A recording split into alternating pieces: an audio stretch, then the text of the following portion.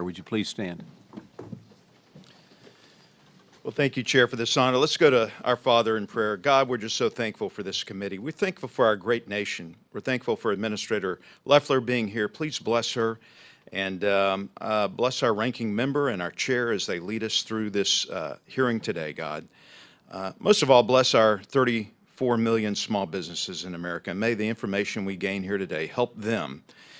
And it's through your Son's Christ Jesus' name that we pray. Amen. I pledge allegiance to the flag of the United States of America and to the republic for which it stands, one nation, under God, indivisible, with liberty and justice for all.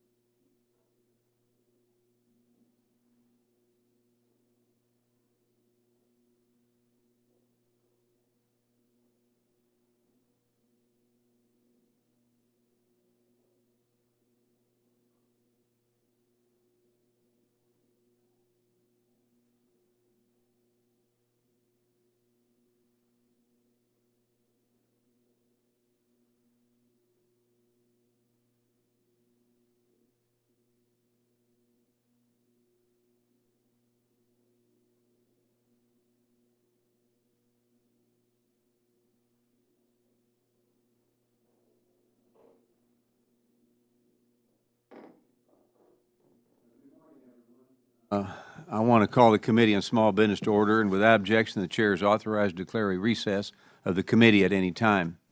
I now recognize myself for my opening statement. Welcome to today's hearing, Budgeting for Growth, and testimony from the Small Business Administration Administrator Kelly Loeffler. I'm very excited to welcome my friend, Administrator Loeffler, here today from the great state of Georgia to testify before us. I want to thank you again for your visit to Texas last week. We got to show you some great things happening in the great state of Texas, and where we had the opportunity to hear directly from small business manufacturers across the district as part of your Made in America roadshow. Now, today's hearing is an opportunity to examine how the President's budget proposal will support Administrator Loeffler in returning the SBA to its core mission of serving Main Street and ensuring American entrepreneurs are prioritized once again. So far too long, small businesses have been affected by Washington's budget mismanagement, burdensome regulations, and government overreach. President Trump's budget request makes a historic course correction by delivering over $163 billion in spending cuts, fueling American manufacturing, and realigning the government to better meet the needs of our nation's biggest job creators. Now, we commend Administrator Loeffler's work to the right size the SBA and her commitment to restore American manufacturing and innovation. Under her leadership, the SBA will once again prioritize what truly matters to small business owners and safeguard American taxpayer dollars. President Trump and Administrator Loeffler's commitment to Made in America has begun revitalizing American manufacturing, reducing our dependency on foreign adversaries like China. From the launch of the SBA's Made in America Manufacturing Initiative to the prioritization of skilled workforce development, Administrator Loeffler is fostering an environment where small manufacturers and small businesses can simply thrive. I'm proud to join President Trump and Administrator Loeffler in support of strong American manufacturing. Last month, I introduced H.R. 3174, the Made in America Manufacturing Finance Act. The bill would increase access to loans for America's small manufacturers and ensure they have the capital they need to start and grow a business. In another major step toward and forward for Main Street, this hearing comes on the heels of the House passage of H.R. 1, the One Big Beautiful Bill Act. This bill makes many of the pro-small business provisions found in President Trump's 2017 Tax Cuts and Jobs Act permanent, with provisions such as increased deductions for small business, bonus depreciation, and tax relief for tipped and overtime workers. This tax package definitely favors Main Street America. In addition, the bill marks a pivotal shift from the prior administration that incentivized divisive DEI and Green New Deal policies, the ones centered on self-determination, free enterprise, and growth. Now, as we move forward, we must ensure that the government gets out of the way of entrepreneurs who take risks, sign paychecks, and drive American innovation. Administrator Loeffler, We look forward to your testimony today, and thank you for your continued service in restoring SBA to its rightful role as a champion for Main Street America. With that, I now recognize my friend, the distinguished ranking member, Representative Velasquez, for her opening remarks. Thank you, Mr. Chairman, and thank you, Administrator Loeffler, for testifying before our committee today. Congressional oversight is essential for holding agencies accountable. And from what I have seen over the past few months, your actions suggest a clear disregard for that responsibility. My hope is that we can have a substantive discussion today. Small businesses are hurting. They are being crushed by the administration's trade policies and creeping inflation. The Wall Street Journal Small Business Index found 58% of small businesses say the economy has gotten worse, 42 points worse than January. 66% of small businesses believe tariffs are having a negative impact. 51% anticipate a recession, and a staggering 59% list economic uncertainty as their top challenge. But the data only tells part of the story. We have heard from entrepreneurs across the country struggling to keep their doors open. The founder of Passion Footwear shared how the breadth and speed of tariffs are gutting everything she has built almost overnight. Dujuana Russell, the founder of Business Management Associates, launched her small business with $500 20 years ago and built it into a multi-million-dollar business. In February, she received stop work orders on numerous contracts and saw her business crumble. She lost 55% of her company overnight and had to let 15 employees go. It is hard for us to reconcile your golden age comments with the reality that small businesses are facing. Today, we're looking for substantive answers. In a press release, you announced a plan to eliminate 2,700 employees, representing a 43% cut to agency staff, yet you never consulted Congress and other key stakeholders about the proposed reforms. Instead, you charge ahead on a path to disseminate the agency, erasing institutional knowledge, customer service, and leaving critical skill gaps. In March, the President announced SBA will take over the student loan portfolio, and you responded the SBA is prepared to restore accountability and integrity to the program. But where are student loans mentioned in the agency's mission? What does this have to do with assisting small firms?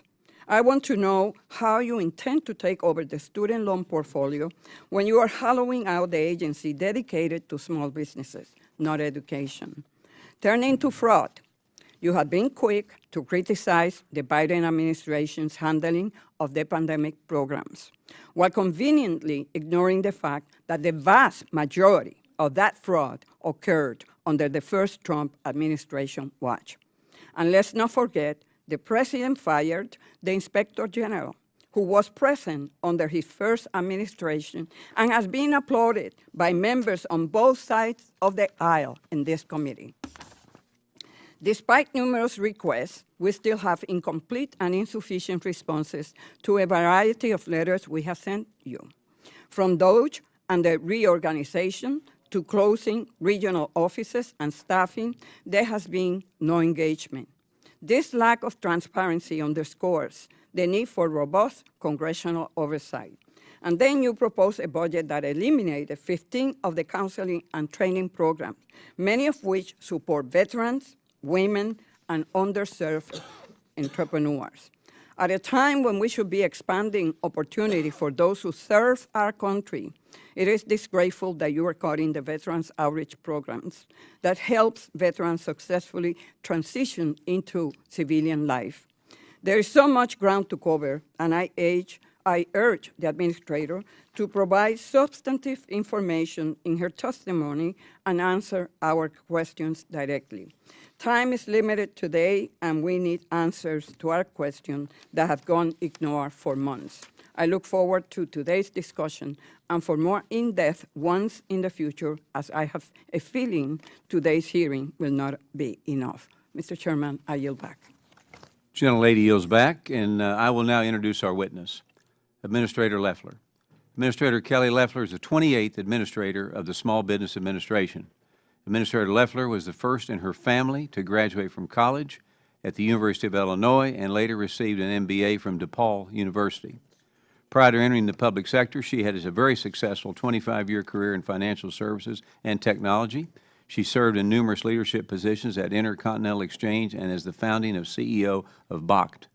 In 2020, she brought her private sector experience to the U.S. Senate, representing the great state of Georgia, where she passed legislation to strengthen economic growth and advocated for small businesses.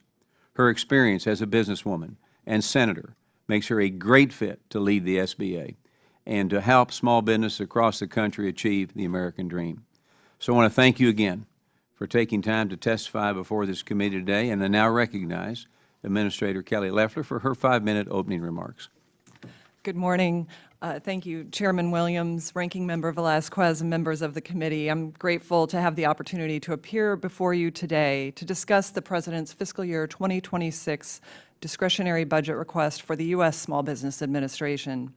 This budget reflects our agency's return to its mission with a clear strategy: streamline services, eliminate waste, and ensure every taxpayer dollar delivers measurable results for America's small businesses. It consolidates duplicative operations, shifts resources to our field offices who are on the front lines, and refocuses our agency on proven solutions, including our Capital Access Program and nationwide network of small business development centers. It reflects the President's belief that small businesses are not just part of the economy, they are the engine of it. And to build a stronger, more secure, more prosperous America, we must put Main Street and our job creators first. I'm pleased to report that under President Trump's leadership and through the reforms we've implemented at the SBA, this is exactly what's happening. Main Street is making a historic comeback. Since January, President Trump has cut core inflation to its lowest level since 2021. He's secured over $11 trillion in private sector investment. He's delivered 500,000 new jobs while deregulating after the last 4 years of massive bureaucratic expansion of the regulatory state. And he's brought dozens of countries, including China, back to the negotiating table for fair trade deals. Job creators and workers once again know they have a seat at the table, and they know that this administration has their back. Our economy is spring-loaded for growth, especially on Main Street. And I am pleased to report that the SBA has never been more prepared to help small businesses lead the America First economic comeback. Since January 20th, we've undertaken a sweeping overhaul of the agency to refocus it on its statutory mission of supporting small businesses and fueling economic growth through free enterprise. We're cutting red tape, restoring accountability, and delivering capital to the job creators who empower opportunity, growth, and innovation. When we arrived, the SBA was bloated and dysfunctional, weighed down by work-from-home bureaucracy that promoted a partisan political agenda. The Biden administration presided over unprecedented levels of fraud and 4 straight years of failed audits. Our flagship 7A loan program was mismanaged to the tune of $400 million of negative cash flow in just 1 year. Oversight and accountability had broken down along with any sense of fiscal responsibility to taxpayers. Common sense had left the building along with our workforce. That era is over, and it is a new day at the SBA. I come to this role with 3 decades of private sector experience. Following an extensive review of the financials and operating metrics, I launched a full-scale reorganization to right-size the agency, returning to pre-pandemic staffing levels. Our team is unleashing resources that had been consolidated in Washington back out into the field among our 68 district offices in local communities. We canceled wasteful contracts for total cost savings of more than $3 billion. I'm proud that we are working alongside the DOGE team, who are not partisans, but patriots and business leaders like myself who are working to strengthen the future of our nation. We also took urgent action to restore the financial integrity of our core loan programs by reinstating lender fees and restoring underwriting standards, eliminating the reckless do what you do criteria that put taxpayers on the hook for billions of dollars. And we implemented common sense identity and citizenship verification protocols to ensure that loans only go to eligible businesses, not illegal aliens or fraudsters. We made it a priority to depoliticize the agency and end the era of picking winners and losers based on race or ideological beliefs, replacing it with our nation's strong tradition of free enterprise. We eliminated DEI mandates, terminated the Green Lender Initiative, and withdrew SBA from voter registration schemes. And we began relocating SBA offices out of sanctuary cities that refuse to enforce federal immigration law. At the same time, we're helping rebuild American industry through the SBA's Made in America Manufacturing Initiative. We're backing new legislation to give small manufacturers additional capital. And just last month, we introduced a first-of-its-kind onshoring portal to help small businesses find American-made supply chain partners. The results are immediate and measurable. In our first 100 days, SBA loan approvals have skyrocketed by 80% compared to the same time under the last administration, and 20% when compared to when the last administration left office. Loans to the smallest businesses, those with 5 or fewer employees, have nearly doubled. And the share of federal contracts going to small businesses is up to 23% from just 18% in January. So with new opportunity and a strong economic agenda, demand for capital is up. Businesses are growing and confidence is rising across the country. I'm proud to say that this is not the SBA of the past. This is a leaner, stronger, and unapologetically pro-small business agency, one that supports American industry and its workers, that respects taxpayer dollars, and delivers results. I've seen the impact of these reforms firsthand. From Bay City to Boise, small business owners are expanding, hiring, and reinvesting in their communities. They know that for the first time since the first Trump administration, this administration is on their side. The SBA is once again serving the people who built this country, not the globalists, the bureaucrats, or partisan political interests, but the small defense manufacturers, the local construction companies, and the founders who are putting everything on the line to live the American dream. Chairman Williams, Ranking Member Velazquez, members of the committee, as a former small business owner and employee myself, I firmly believe in the dignity of work, the American dream, and the power of free enterprise to lift up every job creator and worker across this country. That's what guides our work at the SBA, and I am proud to say it is also the vision that we're returning to at the SBA. Thank you, and I look forward to your questions. We will now move to the member questions under the 5-minute rule. I now recognize myself for 5 minutes. Administrator Loeffler, I'm honored to work with you and President Trump to revitalize American manufacturing. And to fuel these efforts, I introduced H.R. 3174, the Made in America Manufacturing Finance Act, along with Senate Small Business and Entrepreneurship Committee Chair Ernst, to increase access to capital for America's small manufacturers.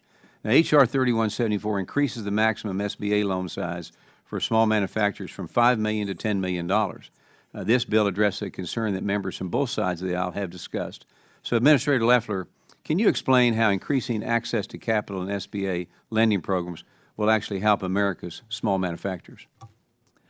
Thank you, Chairman, and thank you for the opportunity to visit your district last week. It was wonderful to visit 2 manufacturers, Staccato and Ida May Home. It was really confirmative of our move to expand access to capital for manufacturers. We see that Made in America is happening and it's growing across this country. But what we also see is that our great manufacturers, of which there are thousands in everyone's home state, and they're growing, is that advanced manufacturing, robotics, AI, there's a tremendous opportunity to increase productivity and growth through these factories by allowing them to invest more. So doubling that loan from $5 million to $10 million will provide needed access, not just for capital equipment, but for hiring and investing in R&D, which is perfectly timed with the Big Beautiful Bill Act, which will encourage these manufacturers, which are spring-loaded, to invest and hire in this country. So it's all part of the administration's pro-growth, pro-worker agenda that is going to fuel economic opportunity across every community in America. So thank you, and I do hope to earn the bipartisan support of this committee for your important bill. And one thing we know well in Texas, Washington, D.C. does not know best. Now, the Biden-Harris administration expanded the SBA's mission to include actions unrelated to entrepreneurs, such as cutting deals with the state of Michigan to engage in electioneering efforts in 2024. So how have you been right-sizing the SBA and redirecting the agency back to its mission of helping Main Street America? Chairman, you're right. We uncovered the MOU that you referenced with the state of Michigan for electioneering, voter registration, and we've certainly heard from other states where that was attempted. We won't tolerate partisan activity, but we certainly must return to our mission of supporting small businesses on Main Street across this country and not get distracted from that mission of serving small businesses. So we have undertaken an aggressive effort to ensure our loan programs are more available to more entrepreneurs. That's already working. We have seen an 80% increase in our loan growth to 26,000 loans in President Trump's first 100 days. So we're on track for a record year. That's about 2,000 loans to Main Street across America every single week. So we're excited about that refocused mission of this agency. Thank you.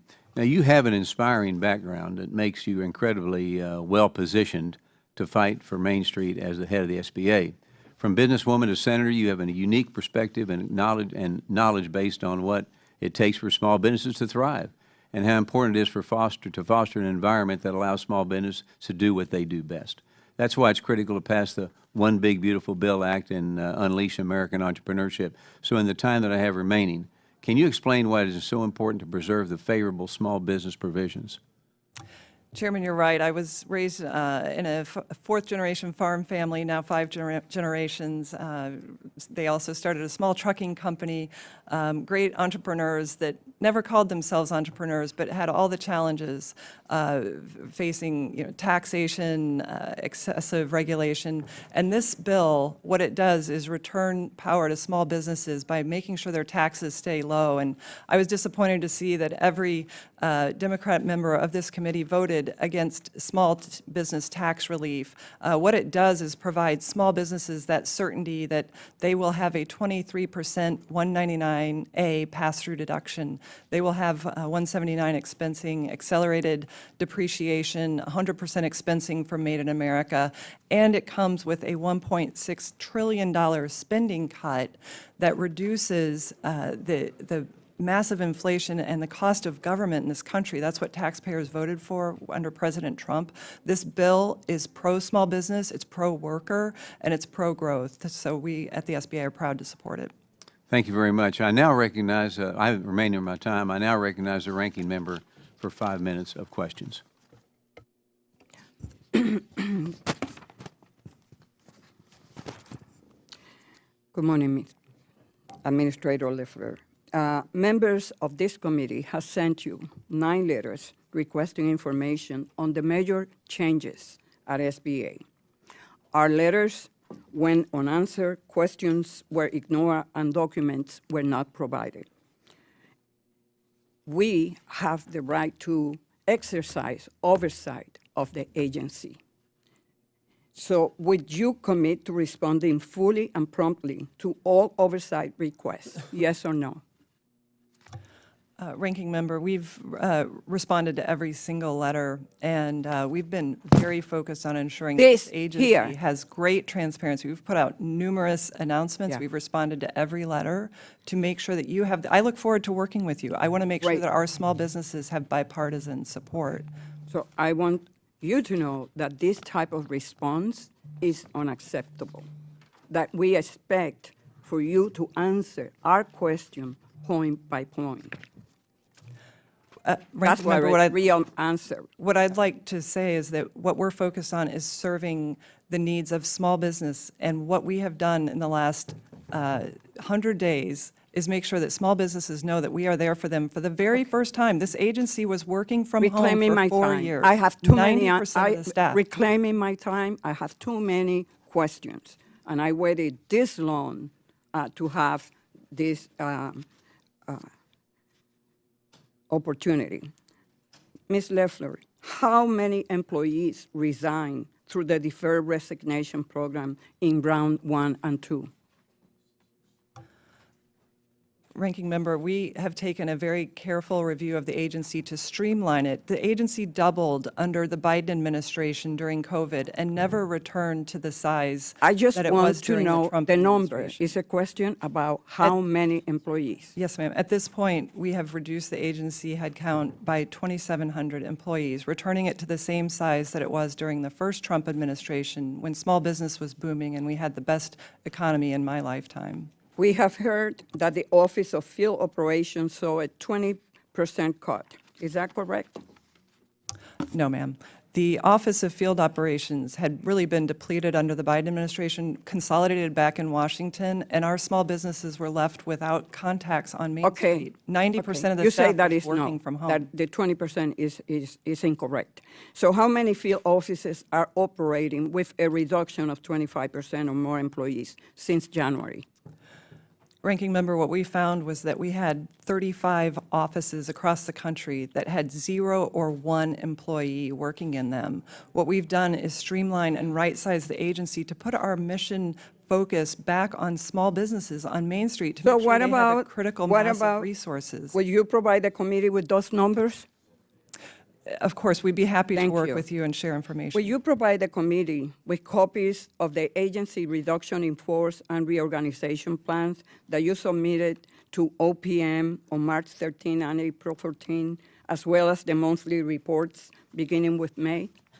I think you'll find this is the most transparent administration that I'm not we've ever asking had you in if the it's history. and transparent or we'll not. be Would you happy- submit to us? We'll be happy We to have the share right to know. information with Okay, you as thank you. appropriate. I saw that you praised Elon Musk last week in a tweet. And so did you see Elon Musk's recent tweet saying that the Trump administration's massive, outrageous pork field congressional spending bill is a disgusting abomination? Do you support his position on the reconciliation bill now? What I was shocked was that every single Democratic member of this committee voted against No, I'm not small talking, tax- we're not talking small about business tax Democrats. cuts. It was Democrats shocking. voted against the bill exactly because of the characterization of Elon Musk. So the ugly bill shortchanged people in this country, taking more than 700 million people will be affected by the cuts on Medicaid. Ranking Member, this is my not next- true. my The, next- no, I asked The you bill if you- supports, it's I a asked tax you- cut bill that secures our border Reclaiming my and cuts time. $1.6 trillion. You're talking in about the needless beautiful spending. bill. I'm talking about the ugly bill and the characterization of Elon Musk that was paraded on every meeting in the White House. He was good then. Now that he is sending a warning to the American people that this bill is going to bankrupt our federal government. You don't agree with that? Ranking Member I yield- Velasquez, I I'm- yield back my time. Lady yields back. I now recognize Ms. Van Dyne from the great state of Texas for 5 minutes. Administrator, thank you so much for being here today, and I really appreciated spending time with you in Texas and all of the small businesses that you visited while you were down there. I think they loved seeing you. It was great that so early in your term that you have gotten all around the country. I applaud you for that because I know it's not easy for you and your family. I love the focus, though. I like the responsiveness. You were just asked questions about this one big, beautiful bill. Can you tell me a little bit how this one big, beautiful bill helps small businesses and why it was shocking to see every single Democrat, including those on the Small Business Committee, vote against it? Absolutely. Thank you, Congresswoman. I appreciated the opportunity to be with you in your great district and visit manufacturers that are really making a difference in America, and look forward to continuing to meet with more small businesses across the committee's constituencies. The Big Beautiful Bill Act is vitally important to Main Street America. It is, it's pro-growth, it's pro-small business, and it's pro-worker. We have never had a bill like this in our country that ensures that small businesses can thrive with a 23% pass-through deduction, immediate expensing. It ensures that we start to cut spending, $1.6 trillion in mandatory spending that drove inflation that small businesses were crushed by under the last administration. It secures the border. Small businesses have been suffering from crime in their communities, needless crime.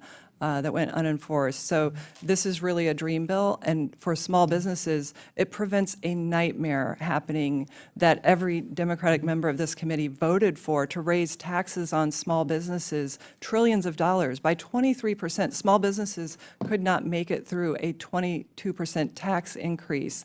And so I'm really grateful for the support of this bill, and look forward to, continued reductions in spending and taxes. So I've been working with small businesses for about 20 years now, and I have never heard them say we want to have more regulations, right? We need the government to get out of our way. Over the last 4 years under the Biden administration, we have seen $1.8 trillion in additional new regulations. The only thing that I've heard from my Democrat colleagues is talking about tariffs. Now, you have talked to small businesses across this country. I know you have. Tell me how tariffs are actually helping the small business community. Absolutely. When we've gone across the country, literally from New York to California, to Utah, to Tennessee, to Texas, to New Jersey, Pennsylvania, small businesses are investing and growing, but they say they have three big challenges. Regulation is always one of those three. Workforce is always one of those three, and the threat of rising taxes. And so small businesses are grateful that they now can have the commitment of fair trade, something that they could have never dreamed of under the Biden administration, who was pushing more and more trade imbalance. We had a $1.2 trillion trade imbalance in this country in 1 year. It had grown by 20%. That meant small businesses were being robbed of opportunity while countries around the world erected barriers against our small businesses. I visited one logistics operator in New Jersey that said that he used to have 50-50 import-export. It had gone to 90% import, 10% export, shutting small businesses out of markets around this world. Small businesses can now compete on a level playing field thanks to President Trump's fair trade agenda. Thank you very much.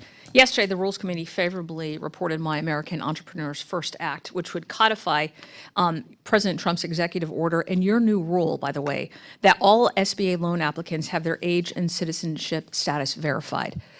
Last night in Rules, I was told by a number of my Democrat colleagues that we have absolutely no experience with this at all. We don't have any evidence that there has been any kind of use of illegal immigrants receiving SBA funds. What have you found? Congresswoman, thank you for the question. It's really important that everyone in this committee hear this. The DOJ team did help us identify $630 million of fraudulent loans that were granted to individuals over the age of 120 or under the age of 11. That's why absolutely it's critical that we have age verification. We also found SBA loans to non-citizens. We were able to cancel those. They were approved under the Biden administration. That's why we need citizenship verification. We also heard some questions about your new rule that you want to be able to move SBA offices out of areas that are sanctuary cities. Can you say anything about that and the importance of it? Well, it's vitally important. We just saw yesterday in Boston, one of the sanctuary cities that will be leaving, 1,400 illegals, gangbangers, traffickers, sex offenders were arrested. We cannot support cities that don't support federal law, and I'm grateful to ICE and Secretary Noem for advancing these efforts. Thank you very much for your testimony. I yield back. Gentlelady yields back. I now recognize Ms. Sculton from the great state of Michigan for 5 minutes. Thank you, Mr. Chairman. Administrator Loeffler, thank you so much for joining us here today. I'm hearing from a lot of small business owners in my district who are feeling the deep uncertainty of our nation's economy right now. I find it deeply concerning that in the midst of trade wars and fluctuating tariff policies that questionably seem to benefit certain segments of the population over others, that in the midst of all this uncertainty and speculation about inside deals, your agency fired its independent inspector general, Mr. Ware, without proper notice to Congress. This is an independent watchdog who is responsible for uncovering waste, fraud, and abuse in the district.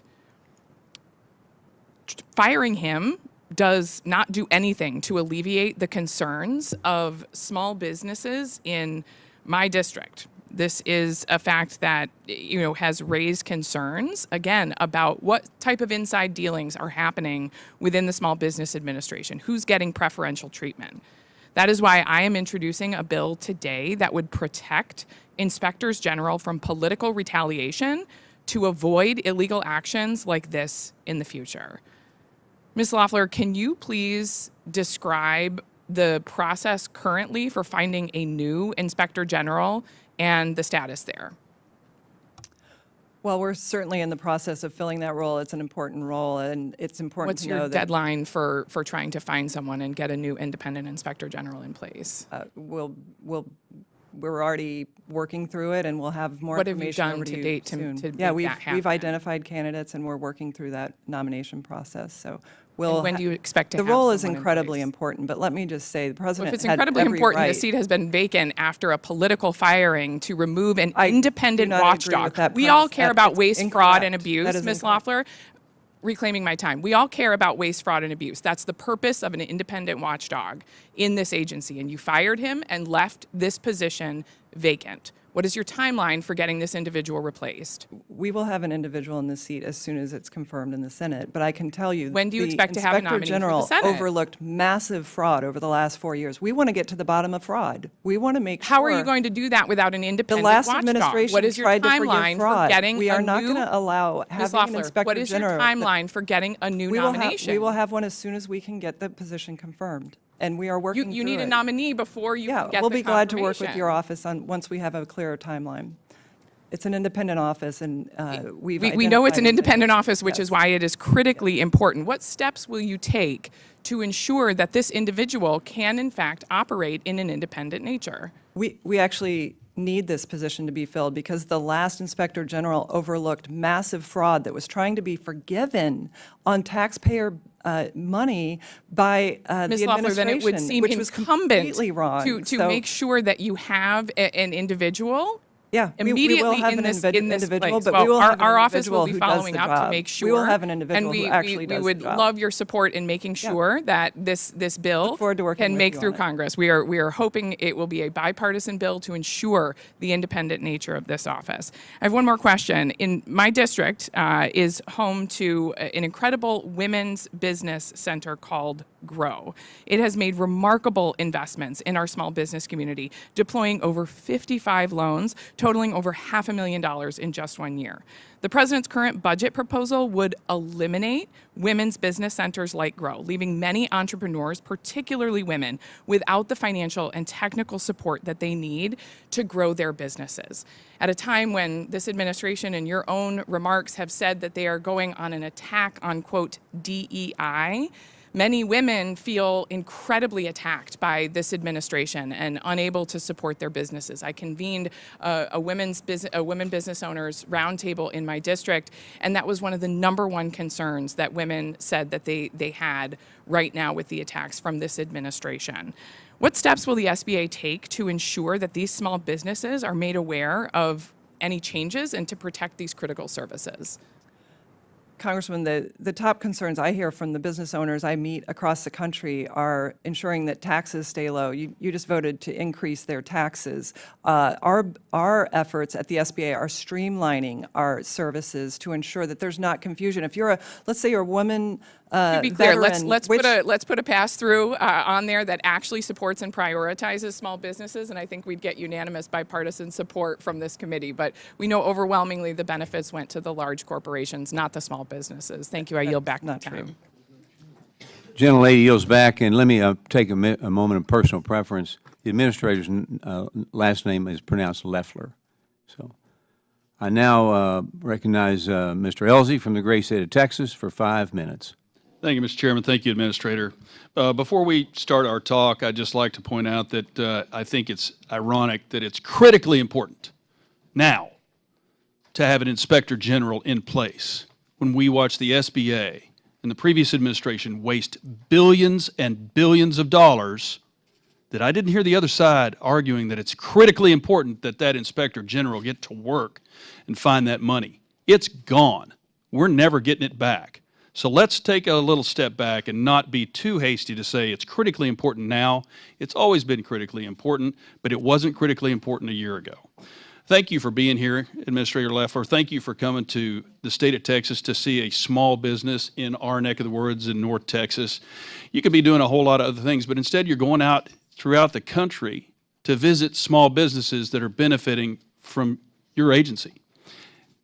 If you've cut 2,700 people and you've increased the loans approval rate 80%, I think that's exactly what the American people elected this administration and Donald Trump appointed you to do for small businesses in this country. You come from a small town of 600, raised on a soybean farm. You had to mortgage some of your own land to go to business school. So you grew up along with 3 members of my staff, one of whom, JR over here, is from Marion. My deputy chief is from another small town around there. People like you who have a vested interest in small businesses in the United States because that's how you were raised. Your parents sent you to college on thin margins as soybean farmers. So you know exactly what is required at this job. Your predecessor was an administrator and a consultant. You know exactly what you're talking about. So your expertise is extremely important. So tell me, we noticed when we did a surprise trip to the SBA under the previous administration, they had troubles finding people to sit at the desks. What has your policy been on requiring people to come back to work? Thank you, Congressman Elsie. It was wonderful to be with you in the district. And you raise a number of important issues. Certainly, Inspector General is something I think we all agree on. We need to have someone in that seat that will actually do the job. And we have sent that individual to the Senate and are just waiting the Senate confirmation. So while I can't confirm the specific date and can't speak for the Senate, I can confirm that we all agree that accountability is vital. What I can tell you about small businesses is, as I travel across this country, is they're grateful to President Trump for fighting for them finally to have fair trade, to ensure that small businesses compete on a level playing field for the first time in 3 decades. And one of the things that we're seeing certainly is the access to capital is growing because of our efforts to streamline the agency and get rid of the bureaucracy that was preventing small businesses from being a focus of the agency. It was impossible to touch a small business when I first got to the agency because there was so much bureaucracy. And the agency had doubled during the Biden administration. When I walked in, 90% of the staff had been working from home for 4 years. And I filmed that. I put a video out. It had 30 million views. We now have most of the staff back in office. We're streamlining the agency to refocus on small businesses, and it's working. It would seem that up here in Congress, it seems that all these administrative jobs, it's a jobs program for GSs. That's not what the American people are paying for. It's their money. And so therefore, people going back to work at the SBA to provide small loans for small businesses of with 5 or fewer employees is exactly what you're supposed to be doing. So is there a correlation between telling people you're fired if you're not working and the increase and the uptick in going back to work, but also the increase in loans approved? Well, certainly there are mission-minded individuals at the SBA, and I'm grateful for the good individuals at this agency, and I'm thrilled that we've put 30% of our staffing back out in the field. You're right, it had consolidated up in Washington under bureaucracy and administrative rules and rules that really wrecked the loan program. So we've right-sized the agency and reshuffled the loan program back to what it was under the Trump administration when it worked and wasn't going in default and costing taxpayers billions of dollars. I'd finally like to thank you with the time remaining to say thank you for being a very successful business person, pulling yourself up by your bootstraps, and you can do anything you want with your life right now. You're giving back to the American people by taking on this very, very difficult job, and furthermore, you're leaving Washington to go out and visit these businesses that they're going to be getting the benefits of what you're doing. So thank you very much. I yield back, Mr. Chairman. Gentleman yields back. I now recognize Ms. McIver from the great state of New Jersey for 5 minutes. Thank you, Chairman and Ranking Member, for convening this hearing today, and thank you to the Administrator for being here with us finally. We've been waiting for months for you to get here. I do agree, it is a new day at the SBA, a new depressing day. Since this administration began, we have heard almost nonstop concerns from small business owners fighting for their businesses' survivals, all while the SBA cuts staff, plans to take on more than $1 trillion student loan portfolio, and removes critical needed resources from communities across the country. Administrator, you should be working with us as well, too, on the Democratic side to support our small businesses. You mentioned you came to New Jersey. Next time, give us a call. We'll love to be with you as well, like our members across the aisle have been. I led several of my New Jersey and New York colleagues in a letter to your department expressing concern that your plan to remove SBA offices from so-called sanctuary cities would negatively affect my state and the surrounding region, which contributes trillions to the national GDP. In response, you sent the letter describing these concerns as concerns for illegal aliens and characterizing these communities as criminal sanctuary cities. As head of SBA, do you care at all for expiring entrepreneurs in these communities you so-called label them as sanctuary cities? Do you care, yes or no? Congressman, I'm deeply concerned about our cities that. Do you care, yes or no? Yes. Absolutely. But Okay, I'm yes, also I'll take that as a grateful yes. this Do you administration commit is right securing the here to border. stop your plans to do away with the resources many of these businesses rely on? Yes or no? Congressman, we're Yes or streamlining no? our resources to ensure that No, offices I'll take have- that as a no, because obviously you don't care. These are businesses that are not labeled as Democratic or Republican. You're going to hurt all businesses by doing something like this. You mentioned working with DOGE to identify what you called illegal loans to undocumented people. However, even after requests from us to review DOGE access, we have had silence, complete silence from you and your office. And now we hear about this case. Will you commit to allow members and committee staff an in-camera review of these cases? Yes or no? We will commit to working with you to so that you understand the importance of the cuts that. Yes or no? we're Yes? streamlining. Do I hear yes or no? Okay. We I'm will gonna absolutely take look that- forward to working with you. Okay, because let's take that as a yes. We'll refocusing of wait this on the agency response. Is vital I'm for small reclaiming my businesses. time. On February 3rd, I have a lot of questions, Administrator. No disrespect, but we've been waiting for you for months, so you have to let me get through my questions. On February 3rd, 2025, Musk and Trump's DOGE team invaded the SBA and gained access to SBA systems, including its human resources, contract, and payment systems. This type of access to government systems by unauthorized, unvetted individuals is unprecedented. The committee continues to request specific information on the level of DOGE access to SBA systems that you have not provided, yet you regularly cite the information that DOGE releases about SBA that appears to be obtained from those systems. What SBA system did DOGE access?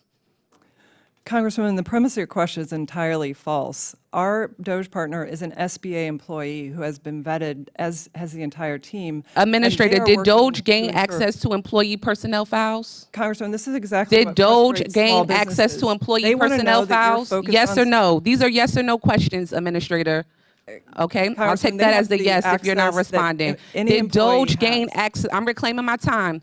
Did DOGE gain access to the personnel identifiable information of small businesses? Congressman, we Yes have, or no? We have It's yes or followed no, every law, and we will Administrator. continue to follow the law as SBA employees. Okay, do. I'm going But to we take just that as saw you a not answering. USDA I'm reclaiming my employee time. I'm arrested. reclaiming my time. What information was obtained and what is it being used for?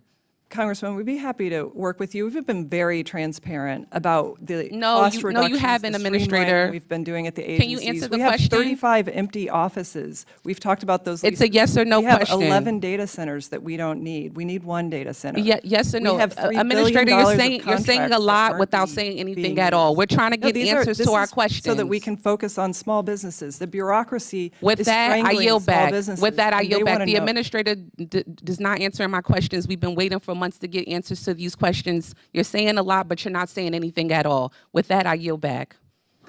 Gentlelady yields back. I now recognize Mr. Alford from the great state of Missouri for 5 minutes. Administrator Loeffler, would you like to answer that question, please? Thank you, Congressman. The work that we've done in partnership with DOGE is based on data. As a businesswoman, I am calling the shots at SBA, but I can tell you the work that our DOJ partners, who are employees of the federal government who have been vetted, have been tremendously helpful in helping us streamline the agency to ensure that small business is the focus of this agency. It was a bloated bureaucracy that was costing taxpayers billions of excess dollars that didn't produce results for small businesses. We're getting back to that focus and ensuring that we're getting to the bottom of the fraud that the Biden administration tried to sweep under the rug. And we're going to continue to do that work in service of taxpayers and small businesses. Well, thank you, and I do appreciate you being here. And, you know, there's been a lot of outcry from our friends on the other side of the aisle that you're finally here. They've been asking you for a long time. It's taken so long. You've been on the job 104 days. Why did you want to come here now? You've made so many positive changes to the SBA. There's a lot you still have to do, but why did you want to come here specifically now? Thank you, Congressman Alford. I am really excited to be with all of you. I hope that we can work together in a bipartisan manner to ensure that small businesses are served. They represent 99% of all businesses. And as in my first 100 days, as you mentioned, I've been here 104 days, about 3 months and a week, making sure that I hear from small businesses so that my viewpoints can be informed by what's actually happening on the ground. And it's quite different from the viewpoint espoused by your Democratic colleagues on the other side, because what's happening on Main Street is tremendous growth. And the SBA is proud to be part of that. Last week I was in Texas working with veterans, visiting manufacturers, ensuring that I understand the priorities of small businesses. And so I'm here to share those viewpoints. Obviously, some of my viewpoints aren't welcome and they may not like the answers, but we're going to be very transparent about what we're doing to serve small businesses. And I look forward to talking about that with you. Well, I'm just pleased that we have the cooperation from the current administrator, one that we really did not have with your predecessor, which was very disappointing. But I know you have a spirit of cooperation and bipartisanship, and that's what this committee is about. I don't want to see it devolve into something other than that, and under the leadership of the chair and the ranking member, hopefully that will not. Why is it so important that we pass the Returning SBA to Main Street Act? Well, certainly the SBA's focus had been really politicized. Historically, in the last 4 years, we saw DEI, Green New Deal initiatives, focusing back on our Main Street job creators, getting them the capital that they need, ensuring the integrity of those programs, make sure that they're there for the future, but also so that small businesses aren't confused about the services available to them, that they're very clear about the lending that the SBA guarantees, that we have good lending partnerships, as well as great counseling partners in our small business development centers. So I look forward to ensuring that we have great opportunities to make permanent some of the things that we're doing at the SBA through legislation. I want to thank you for updating the SBA's SOP to include language inspired by our bill, the Small Business Technological Advancement Act, to allow 7A borrowers to utilize their loan for digital tools. What other actions are you taking at the SBA to help small businesses thrive in a digital age? Yeah, certainly the growth that I've seen as we go out on our manufacturing tour of advanced manufacturing, the sophistication of our supply chain is increasing, which is raising the cost of investing in manufacturing and all small businesses. The technology tools are great ways to increase efficiency and productivity at small businesses, so increasing our loan sizes from $5 million to $10 million for manufacturers will help really ensure that an environment that is spring-loaded for investment in capital, that they have those resources available through loans backed by the SBA. Thank you. I have about 30 seconds left. I want to correct the record from previous questions. The population of America is about 330 million, and so it would be impossible for 700 million to be harmed from the legislation we're putting forth. Do you plan on coming back to testify? I would love to. I very much support the opportunity to share in a bipartisan manner the work of the SBA and to ensure great transparency and collaboration. Thank you. I yield back. Gentleman yields back. I now recognize Dr. Morrison from the great state of Minnesota for 5 minutes. Thank you, Chairman Williams, and thank you, Administrator Loeffler, for taking time to testify today. Time's short, so I'm going to jump right in. Were you consulted on President Trump's tariff policy? Congresswoman, I certainly stay in constant dialogue with President Trump. There is no stronger advocate of small business than President Trump. He knows that small business is big business, and he also knows that small businesses have been incredibly disadvantaged by unfair trade policy, by an unlevel playing field that not only disadvantages Thank you, Main Administrator. Street, So I but assume our you support workers. President Trump's tariff policy, I guess if you could call it a policy? Well, I would say that it's a fair trade policy that has not been in place for 30 years, that has created a massive disadvantage. Thank you, for all Administrator. Americans. Are you aware of the tariff exemption that President Trump announced on April 11th for smartphones, laptops, and televisions? Yes, Congresswoman. Do you support this exemption? I support the president's actions to ensure that we have fair trade, and that's Would you what this is support a all about. tariff exemption for small businesses? What I support is a level playing field for small Respectfully, businesses. ma'am, Can I- just a can I yes or say, no. this is what our small businesses have been up against. This book, 400 pages of unfair trade practices. Respectfully, leveled at our Administrator, small yes or no? businesses. Would you support an This is- exemption for small businesses from the I trade war? support ensuring our small businesses never take have that to as a no. advocate against this again. Administrator, the U.S. Chamber of Commerce has asked the administration for an exemption for small businesses. Small businesses in my state and across the country are asking for an exemption. Senator Curtis even said to you when you testified in front of the Senate Small Business Committee that small businesses are being hurt by the tariffs and the uncertainty. Without an exemption, they're going to be forced to raise prices for consumers, lay off staff, go out of business. I think it's completely unacceptable that this administration is willing to give exemptions to massive tech corporations who have the resources to lobby the president while disregarding the outcries of small businesses from so many small business owners who are in disbelief. They're frustrated. They're scared that everything they've worked so hard for to build is going to be taken away from them. I urge you to do everything you can to advocate for a tariff exemption for our small businesses as the Small Business Administrator, our nation's leading advocate for small businesses. Congressman, our president is negotiating fair trade for the first time in 30 years. Who is advocating for the American worker? For Main Please, Street? The president please, is. Administrator. 30 Small businesses years need of an 5 exemption million from the job tariff war. losses. Okay, I want to turn to our veteran-owned small business owners. I have the honor of serving on the Veterans Affairs Committee, and I'm the wife of an Army combat veteran. In March, we learned that VA canceled over $2 billion in contracts. Reporting suggests that 90% of the canceled contracts were with veteran-owned small businesses and service-disabled veteran-owned small businesses. I joined my colleagues on this committee and the Veterans Affairs Committee in sending a letter to Secretary Collins to determine how many small business owners were impacted by these contract cuts. We have not received a reply yet from the VA. The SBA may not administer these contracts, but these are small businesses being affected, and the Service Disabled Veteran-Owned Small Business Program is an SBA program. Are you keeping track of how many contracts with Service Disabled Veteran-Owned Small Businesses or veteran-owned small businesses the VA canceled?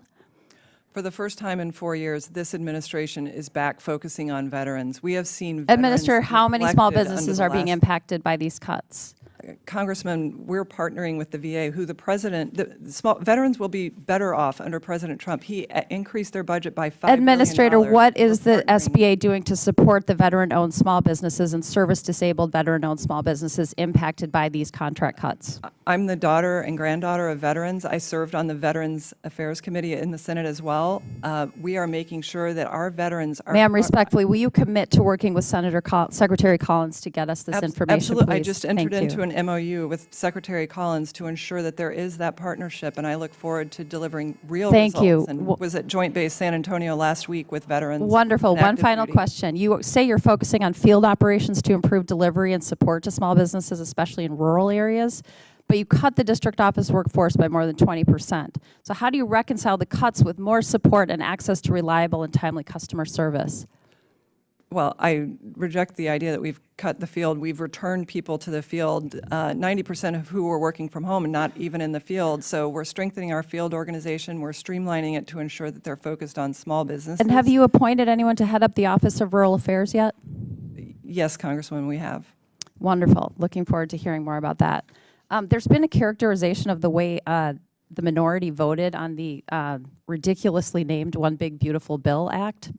And I just would like to point out that the majority actually voted to take health care away from kids and moms, voted to explode the national debt, and voted to pay for tax cuts for the wealthiest among us. Thank you for being here today, Administrator Loeffler, and I yield the remainder of my time. Gentlelady yields back. I now recognize Mr. LaLota from the great state of New York for 5 minutes. Thank you, Chairman. Administrator, good to see you. How are you? Administrator, before you were the head of the SBA, you earned an MBA, you were a CFA chart holder, you founded a fintech company, and you served in the U.S. Senate. Is that right? That's correct. And you've been the head of the SBA for about 4 months now? 3 months and a week. I think somebody said 107 days. That's pretty neat. That's right. And you've been pretty busy. You've been touring the country, supporting America's small businesses on your Made in America roadshow.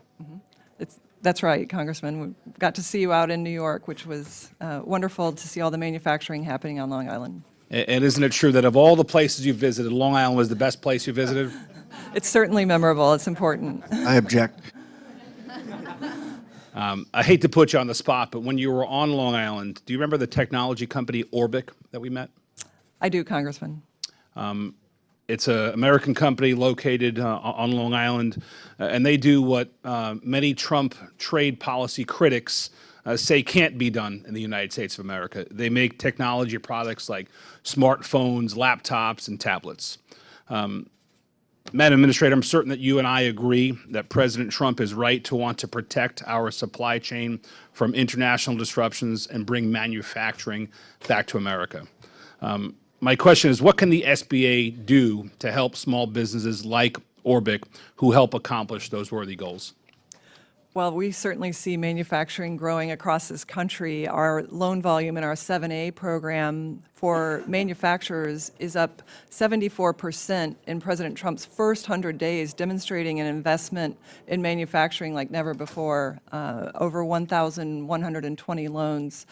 Certainly saw that taking place on Long Island, and that's why I'm grateful for the chairman's leadership on the Made in America Manufacturing Finance Act, which I hope in this committee would be bipartisan, to get more capital in the hands of our innovators, those that are providing jobs and production of critical technologies like 5G and cell phones and other infrastructure that this country so greatly needs. And we'll continue to work through that. Recently, we launched our onshoring portal for small businesses. It's made available on the SBA website for small businesses to source products domestically. It lists over 1 million domestically sourced manufacturing sources to strengthen supply chains domestically. So those are just some of the things we're focused on. Administrator, that portal's great for the folks who will watch this later on YouTube or wherever else. Where can they access that portal?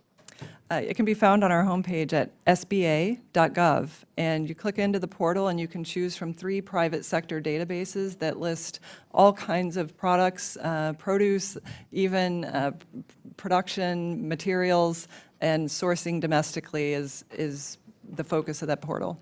And when you Google make onshore great again, it gets you to your website. Is there any fee charge or is there a sign-up barrier to access that portal? There's no cost. It's made available through the SBA's resources. Love it. I was on it this morning. I think that many of my constituents and small business owners will gain from that. Shifting gears, you were caught off several times when responding to the ranking member and others' questioning. I wanted to give you some time to reply. First, on the number of staff at the SBA. My friends from the other side of the aisle are criticizing you for bringing that number of SBA employees to 2,700. Madam Administrator, why is 2,700 the right number? Well, our reductions total 2,700. The total staff would be 3,800 post reductions, and certainly that excludes our disaster operations, which scale up and down, and certainly have been incredibly responsive, already putting out more disaster loans, $3.4 billion in disaster loans operating across 1,300 counties in this country right now, 25 disasters. So we're scaling that very well. But bigger is not more efficient. And what we're finding is that as we reduce bureaucracy, we get more focused on small business, and the results are in the loan numbers that you see. We're more productive. Small businesses are telling me in the field that they see that we are back after a long hiatus, and we're going to be able to innovate and become even more productive for small businesses at that level. Great. I appreciate that. Bringing us back to a pre-pandemic number, I think, is right for America. Of wage growth, GDP growth, inflation rates, number of valid loans made, and number of SBA employees. Of those five, which is the least valuable metric to analyze the SBA's performance? Number of SBA employees. Thank you. I yield back. Thank you very much. I now recognize Mr. Tran from California for 5 minutes. Thank you, Chairwoman. Madam Administrator, good morning. Welcome. Thank you for being here. The ranking member Velasquez and I sent you a letter in February and May requesting information regarding terminated or frozen funding for federal grants and contracts at the Small Business Administration. After months of repeated requests, I'm glad you finally got around to responding yesterday, even though it was due months ago. Unfortunately, your letter still failed to provide specific details or a comprehensive list of all SBA programs, services, grants, contracts, and other funds that has been frozen or terminated. To add insult to injury, your fiscal year 2026 budget also proposes to eliminate funding for 15 of the entrepreneurial development programs, which provide vital counseling and training to small businesses in my district. Your cuts will shutter the Orange County Women's Business Center in Fullerton, which my constituents rely on to grow their careers and our economy. My constituents are hurting because 6 months into the Trump administration, the SBA and you have delayed and canceled congressionally mandated spending under your leadership. So I wanted to ask you today, how many SBA programs, services, grants, contracts, and other types of funding have been canceled, frozen, or delayed? Zero. And thank you for your letter. If we were delayed, it's because we were making sure that the grants that were not administered under the Biden administration, 100 women's business centers had not received their grants for 4 years. $17 million. We had to come in and clean up the mess of the last administration for not paying. We have not canceled their grants. Certainly our new budget streamlines to get rid of the confusion that small businesses face on Main Street about who they should visit when they have questions about the SBA. We have our field offices, of which there are 68. We have 1,000 small business development centers. There's complexity, and if you layer in all the other nonprofits that this agency was making grants to, I we'd almost appreciate that. become a grant That's zero. You said zero. agency. So thank you for that testimony. Administrator, I want to focus on the importance of women business centers, WBC. My district is home to Orange County's Women Business Center. In 2024, they helped 118 new businesses start in Orange County and created over 500 jobs. Despite their proven track record of creating new jobs and empowering female entrepreneurs, you're proposing they close their doors.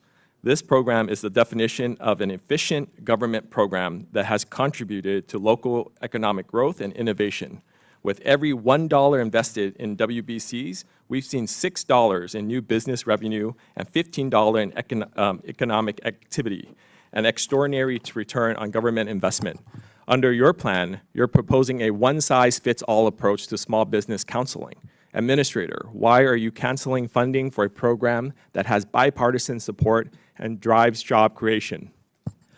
Congressman, certainly there are many great nonprofits across this country and providing services. This agency is ensuring we get back to our mission of focusing on small business capital access and delivering service through our 1,000 small business development centers across the country who partner with our Veterans Business Outreach Centers. In fact, this week we have 35 efforts ongoing for small businesses to learn boots to business, job and skills training to become entrepreneurs and ensure that we partner together with our small business development centers. Speaking of veterans, small business owners, veterans often possess unique qualities such as leadership, discipline, time management, logistic, and strategic thinking, which are highly transferable to business. Despite this, they were often underrepresented in business and faced challenges to transitioning to entrepreneurship. This is why Congress created the Veterans Business Outreach Centers and the Veterans Entrepreneurship and Small Business Development Act of 1999 and codified the Boots to Business program and the National Defense Authorization Act last year. How do you intend to ensure that veteran-specific needs are met through general-purpose programmings like the SBDC program? Well, obviously, Congressman, we're going to continue to support the Veterans Business Outreach Centers. I was just at Joint Base San Antonio last week working with the Transition Assistance Program. I mentioned we have 36 Boots to Business seminars going on this week. I just signed an MOU with the Veterans Administration Thank you, Secretary Administrator. Collins And let to me ensure just that clarify small something. business- You mentioned earlier that you named someone to lead the Office of Rural Affairs. Who's that person? Richard Kingen. And when did you make this appointment? I believe it was in February. And was this posted on the website, or where's the website I can find this information? I'm not sure, Congressman, but he's been very active, and as a daughter of a farming family, it's incredibly important. Rural communities have been overlooked the last 4 years. We have to get back to strengthening our rural main streets, and certainly our manufacturing initiative will help do that as well. Thank you, Madam Administrator. Madam Chairwoman, I yield back. Thank you. I now recognize Mr. Finstadt from Minnesota for 5 minutes. Thank you, Madam Chair. I'd also like to thank Chairman Williams for holding this hearing today, and like to say welcome to Administrator Loeffler. As I was looking over your resume and getting to know you better, there's no doubt about it, you're very accomplished and you have a lot to be proud of. But the thing to me that stands out the most and makes you the most qualified is you're a soybean farmer. And I'm a farmer myself, and the value of hard work, the value of understanding the environment, the family nature of the business of farming, I think is just a great foundation, and I'm happy to hear you have that. You've been on the job 104 days. A couple of observations that I have that I've been very impressed with, the main one would be this, is that I really do feel like you're using in the right proportions of what God gave you, your 2 ears versus your 1 mouth, and your willingness to travel around the country, to get your hands dirty, to roll up your sleeves, to not sit in the marble towers in Washington and listen to bureaucrats and policymakers, but actually listen to the people that you're called to serve, the small businesses of this country, hearing right from them the issues that they're facing is probably the most important thing that you could be doing for small businesses right now. So I want to thank you for that. With that, with your resume that I highlighted, there was only one blurb on your resume, and that was the United States Senate, but we'll let that one fly. You come into the administration 104 days ago, and with your 3 decades working in the private sector, you're certainly aware of the speed of business, the speed of the private sector, and how business community moves. What was the status of the SBA bureaucracy and just the internal workings when you walked in, and what have you taken pride in regards to trying to restructure and reshape?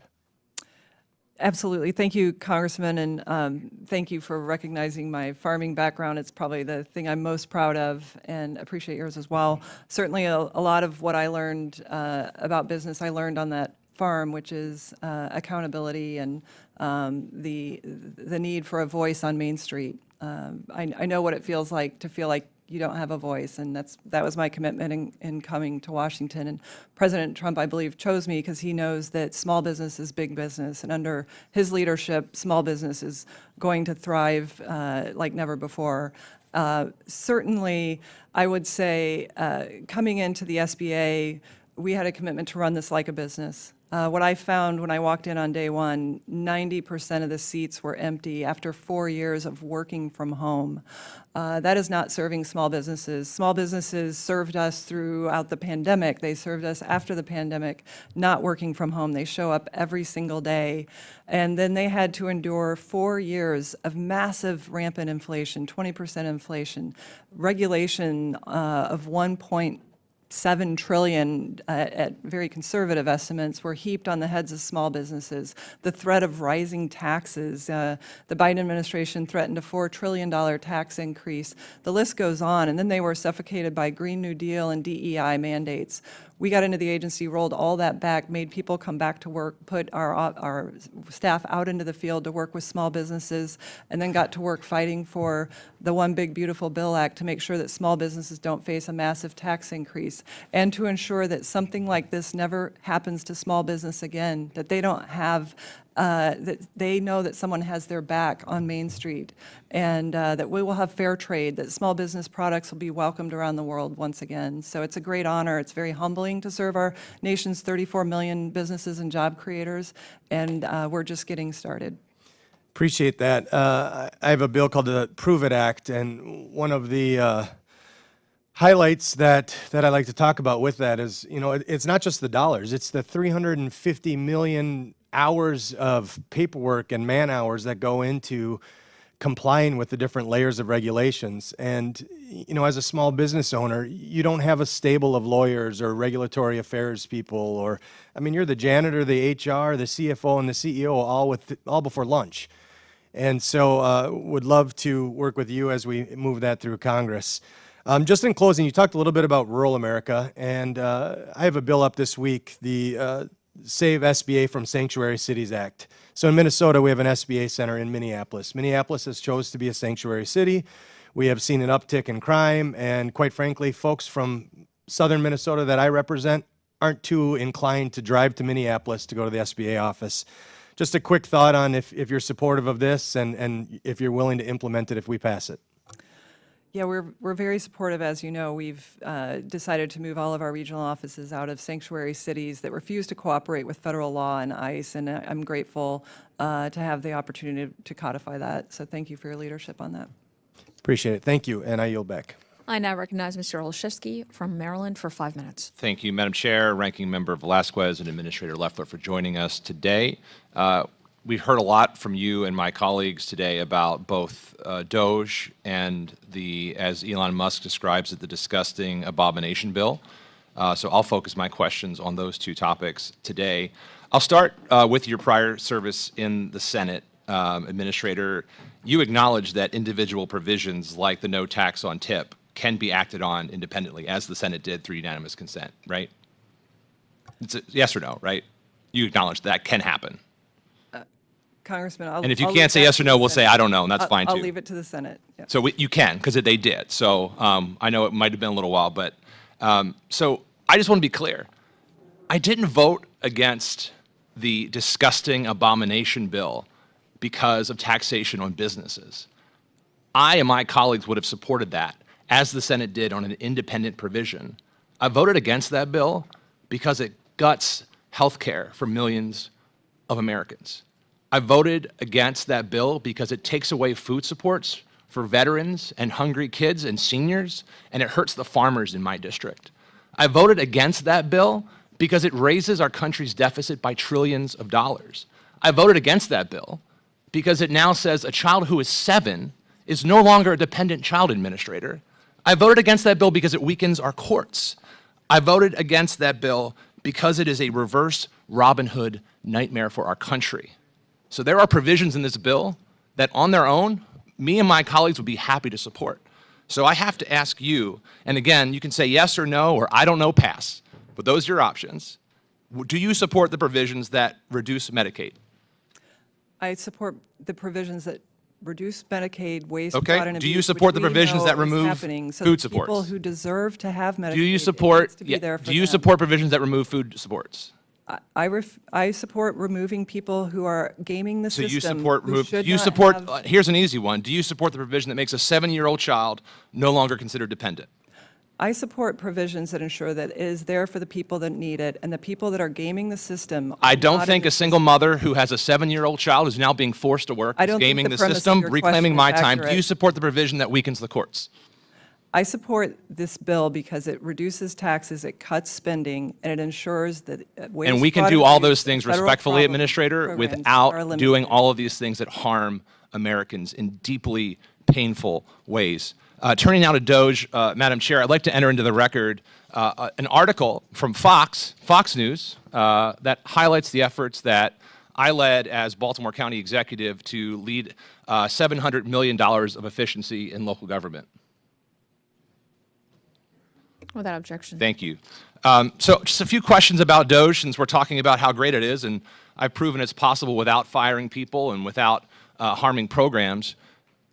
What kind of vetting have you done with DOGE employees? What does that look like?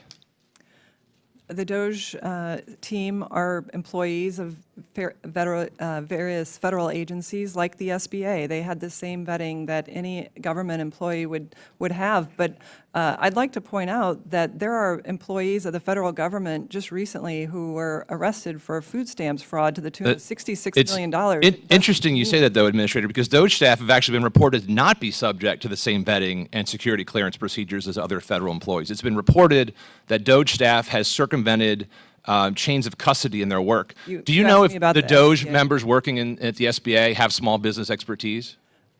I know that our Doge partner does, and he is an employee of the I would love to SBA. see the resume of those individuals. And then where do the Doge numbers come from? What loan programs and SBA systems contain the information that you're sharing in your press release? Do you know that information?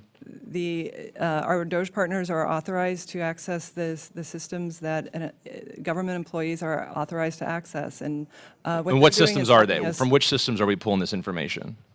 Well, Congressman, we have 48 systems at the SBA. That's what they're helping us streamline to ensure that there's a single point of contact. Small businesses are not being served by having a massive number of technology systems that cost tens of millions of dollars a year to maintain. And so what they're doing is helping us serve small businesses better. I don't think any small businesses object to having better service, to having streamlined efficiency at this agency, which hasn't touched And nor them do for I, 4 Administrator, years. but small businesses do object to reckless tariffs and having their employees kicked off health coverage and having hungry kids not have food in their mouths. And so I welcome you to the conversation. We support the provisions that will help our small businesses. And with that, Madam Chair, I yield back. I now recognize Ms. King-Hines from the Northern Mariana Islands for 5 minutes. Thank you, Madam Chair, and thank you, Administrator Loeffler, for being with us here today. So a couple of weeks ago, we had actually quite a few people who made the 8,000-mile trek from the Northern Marianas, the district that I represent, to come and make a door knock here to various members of the House, seeking for relief because our economy is tourism dependent, and we have not recovered from the typhoon that hit us back in 2018, and then COVID. And then in 2022, there was a Part 213 order issued during the Biden administration, which just basically began the Hold on collapse. a second. We need to get the clock working. Thank you. Which began the collapse of our tourism industry. And so I just got back a few days ago from the district, and one of the things that folks are asking for is relief. And so I'm really happy to be able to have this conversation with you today. First, I would like to invite you to come out and visit the Northern Mariana Islands. The Small Business Committee is planning a CODEL, and I invite and encourage all the members to come out to see the conditions on the ground on America's westernmost border and closest border to Asia. So in 2018, the biggest typhoon to ever hit one of America's jurisdiction hit the Marianas, called Typhoon U2. And because of the drastic decline in our tourism industry, folks just don't have customers coming and walking through the doors. And there were quite a few folks who took out SBA disaster loans who are asking for some sort of a temporary relief until such time that we figure out how to get our economy back going. So a letter will be forthcoming to your office seeking opportunities of how we can work to provide relief to those folks until we figure out our way out of this hole. That's one. Two, one growing industry in the CNMI is the expanding footprint of the military activities that are happening on the island of Tinian.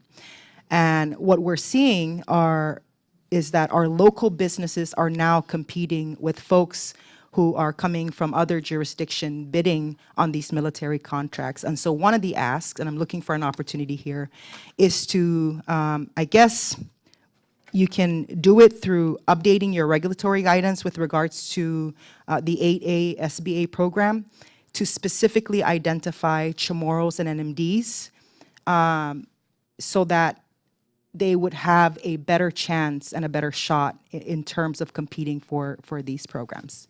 Other than that, I really don't have any questions. One of the things that I would like to commend you and the Trump administration is your work on removing regulatory burdens that have been impacting these small businesses. almost all businesses in the CNMI are small businesses, and so you know, it's a welcome relief. So thank you for your hard work, and I look forward to working with you. And please be expecting a letter outlining some of these asks. Thank you, Congressman. Thank you. I now recognize Ms. Simon from California for 5 minutes. Thank you, Administrator, for being here today. You know, as my colleagues have touched on, the administration is proposing deep cuts to SBA's entrepreneurial development programs, you know, and the salaries and expenses that directly support our SBA federal workforce are under fire. I recently met with a young woman from the Bay Area, my constituent, who was hired for a permanent position at SBA at the regional office in San Francisco last December after holding temporary positions at the agency since 2017. And this individual, she had worked tirelessly through COVID, through the pandemic, one of the hardest and darkest times for small business owners around the country, to keep those small businesses going in the Bay Area. You know, she dedicated thousands of hours in the field, door to door, working with business owners literally night and day prior to being wrongfully terminated by DOJ. This individual played a vital role in connecting these small businesses, especially minority-owned businesses, which I know this administration doesn't have much love for, and underserved businesses, to resources, training, and expert opportunities. Technical assistance, as you know, is extremely important for our small businesses. Then one Friday, unbeknownst to her and her direct supervisor, she was fired unexpectedly and without proper reason. Unfortunately, we all know, Republican and Democrat, our SBA local offices have experienced these terminations. She is not the only story. But what's most concerning here is the contradiction between the administrative stated goals and the real actions in real communities. We have, as you've articulated, shut down 6 and counting SBA offices in the country. I represent disabled small business owners as a disabled woman myself who started keeping a payroll at the age of 19. I've employed hundreds of folks. I know what it's like trying to call, get on a website, begging for support as both an NGO and a for-profit small business. With the shuttering of these offices, could you tell us now, if I were to call any regional office, what would be my wait time as a small business owner? Is it better or worse since you fired all of these folks unexpectedly? Is it better or worse? Congressman, it's better because people are in the office. Could we call one right now? What's the average wait time? What is the average wait time? I've done the work. I've been on hold for more than an hour. The websites are not ADA accessible. You cannot tell us right now that the services being rendered in this moment under your leadership are supporting small business owners at a better rate than they were a year ago. I understand we need to get to the bottom of it. We need to figure out how to create a more efficacious system, but we cannot fool ourselves in saying when you fire thousands of staff, low-income small businesses are better off. Like, we can't lie to each other right here. It's not okay. It's not okay. We can say we're struggling to figure out how to develop a better small business administration, but you can't tell me that the wait times are better. You can't tell me that if I go to the website as a disabled, legally blind woman, that I could get the information that I need. Try your website today. So it's okay for us. We want to work together. We have to work together to say that there are more opportunities to grow. But you can't say the wait times are better, that the service is better, that the information is multilingual in the ways that it should be. I have 150 languages spoken in my district. You want to tell me you want to take away my San Francisco office and that small business owners will be better off because of this bigotry? Are they going to be better off? Are they going to get the information that they need to be able to be prosperous and feed their families, to be the Main Street that we know that we want in our communities? No, you actually want to take those opportunities, those staffing opportunities, those technical assistance opportunities away from the people that need them most. You don't need to respond because you've responded throughout this whole hearing, and the answer is the services aren't going to be better, that folks aren't going to be able to have opportunities, and you don't care. You don't care because you don't fire over 2,000 people and say that services are going to be better for small business owners. And I'll yield back. Congresswoman, our loan volume is up 80% compared to the first 100 days of the Biden administration. So we're doing more with less, just like all small businesses do. I now recognize Mr. Muser from Pennsylvania for 5 minutes. Thank you, Madam Chairwoman and Administrator. Thank you very, very much for bearing through this, for answering your questions. Congratulations on 104 days. The SBA, in this short period of time, has launched the Red Tape Hotline. I think I mentioned to you yesterday at the meeting, I think we should have called it the Blue Tape Hotline. The Made in America Manufacturing Initiative, the Franchise Directory, and the Make Onshoring Great Again portal that I want to hear a little bit more about. You've restored prudent underwriting standards in the 7A loan program. As we all know and predicted, there was $176 million in non-collateralized loans, which we warned, that our chairman warned the SBA administrator right to her while she was sitting there, that these loans were going to go bad, but they did it anyway, non-collateralized. And we cracked down on SBA loans going to illegals and those who are ineligible, non-eligible persons and businesses. Boy, I don't know who finds that to be disturbing, but my goodness, if we're all from the private sector, or some of us anyway, and are about small businesses, we really wouldn't want a private bank or a private business to be doing business with those who have no chance of paying them back or paying the loan. So there's still a lot of work to do. You have no-shows, 90% over a 4-year period, I believe you said. That is unbelievable. I don't remember hearing much of a cry about that over the last 4 years, except maybe from us. And the SBA administrator said, we're working on it, when we didn't have to subpoena her to provide us information. Piles of the blue tape, the overreach, the loans, as stated, going out to non-collateralized. And by the way, we had a big issue with them doing a lot of focus, spending a lot of time on registering voters, particularly in blue areas. But outside of that, they were wonderful. So we're very glad that you're now in your seat. The BBB provides tax certainty, continuation of particularly small business taxes, particularly the 199A, enhanced to 23%, very, very important, bonus depreciation, R&D tax credit.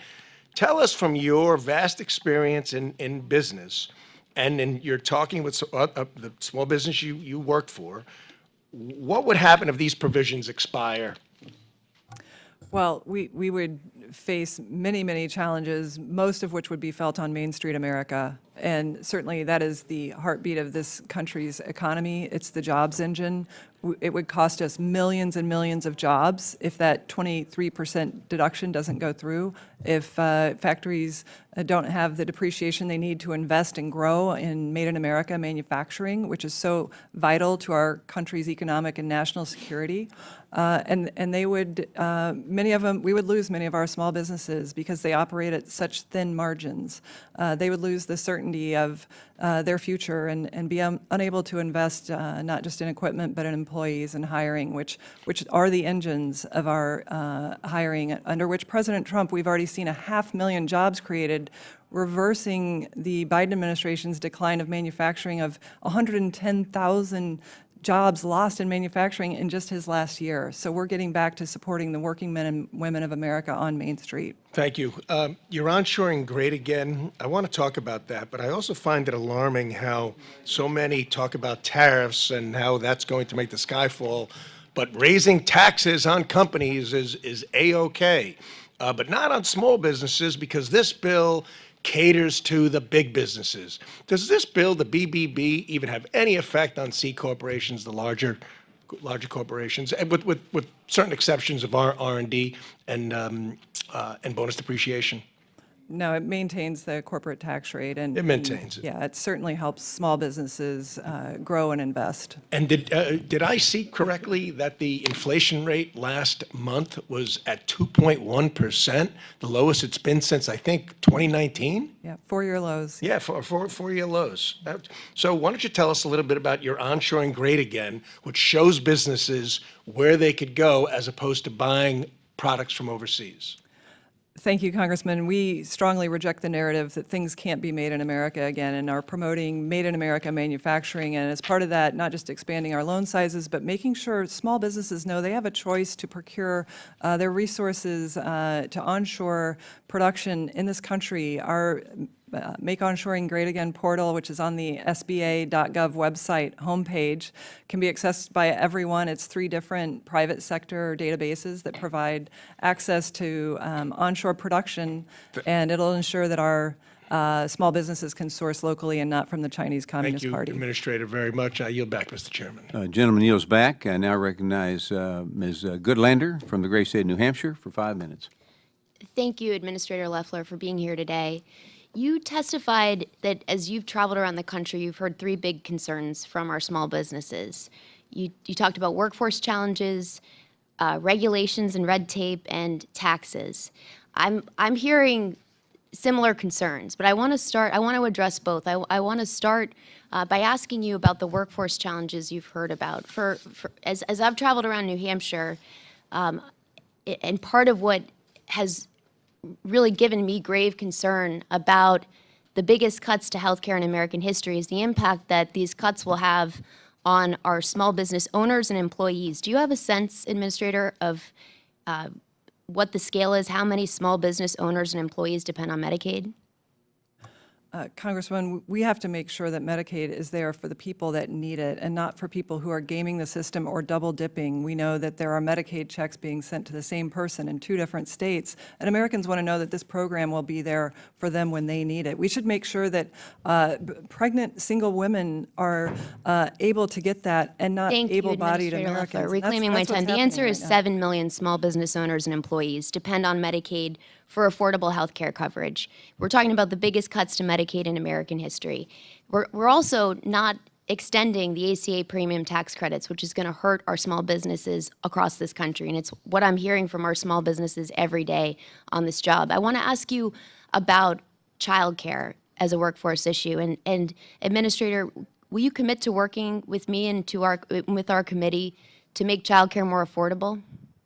Congressman, I hear child care concerns, and we want to make sure that we are ensuring that small businesses have the resources they need, and I would love to hear your ideas about improving that across this country. Thank you. I appreciate that, and I will take you up on that.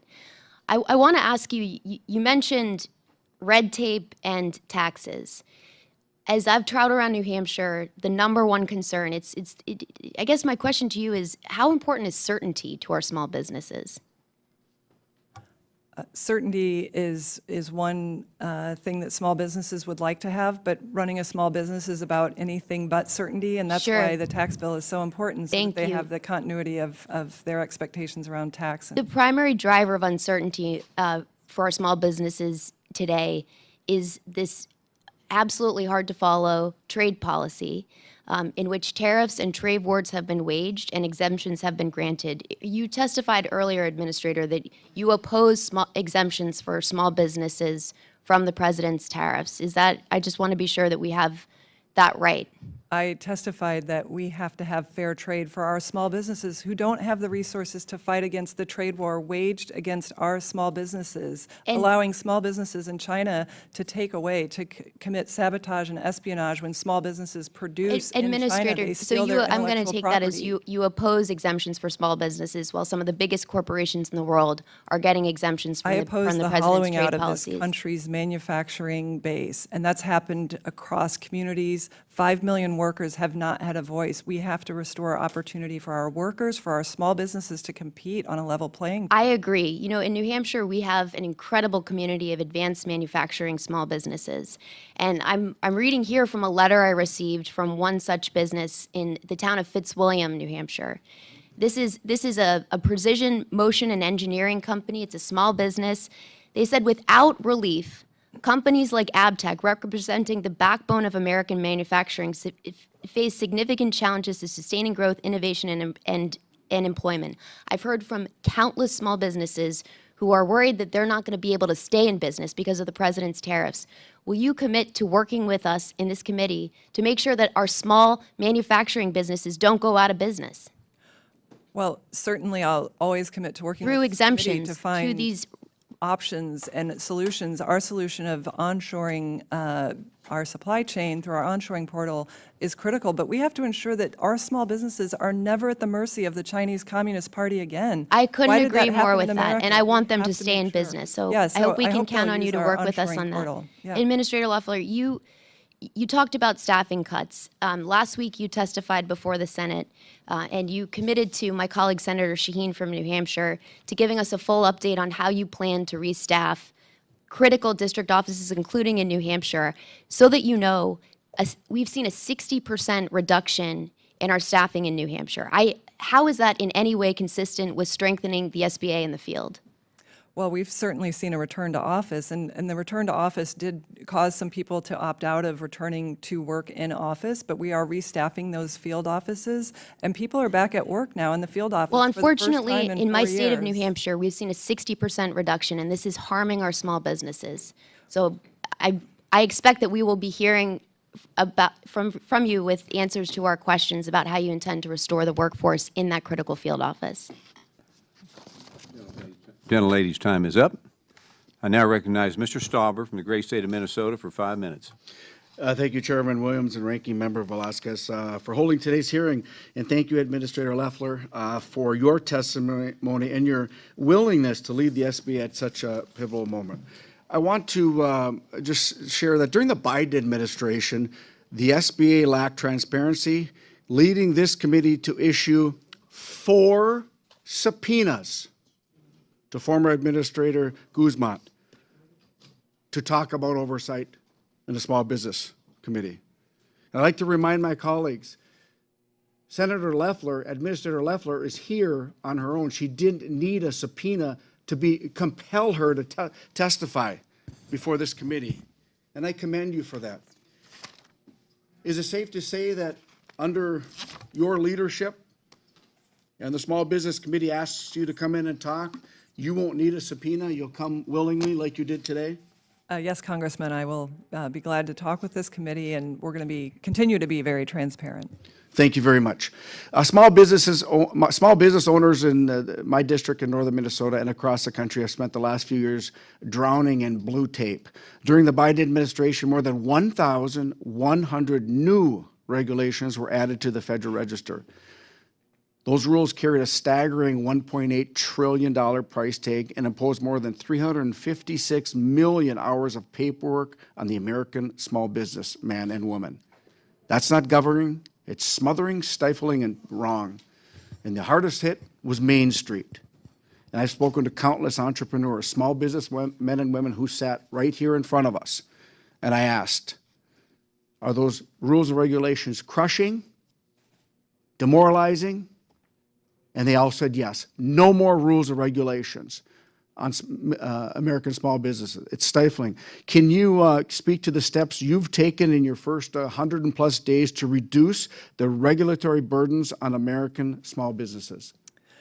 Congressman, we are, for the first time in years, staffing the Office of the Advocacy, which advocates for small businesses across the administration, across all agencies. The last administration did not fill that advocate role. We are going to ensure that small businesses have a regulatory watchdog in Washington. We've already had that office out on the road and listening to small businesses, and you're correct, small businesses are being crushed.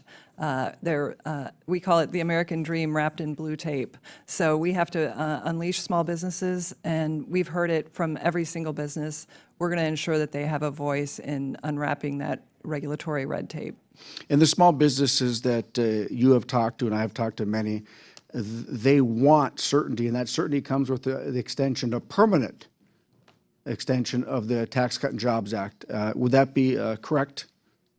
Absolutely. Small businesses would suffer the most if this bill is not passed. And it was really shocking to see Democrats vote against making the tax cuts permanent, to voting against $1.6 trillion in spending, to vote against the border wall, and to get rid of the abuse of federal programs like Medicaid and food stamps.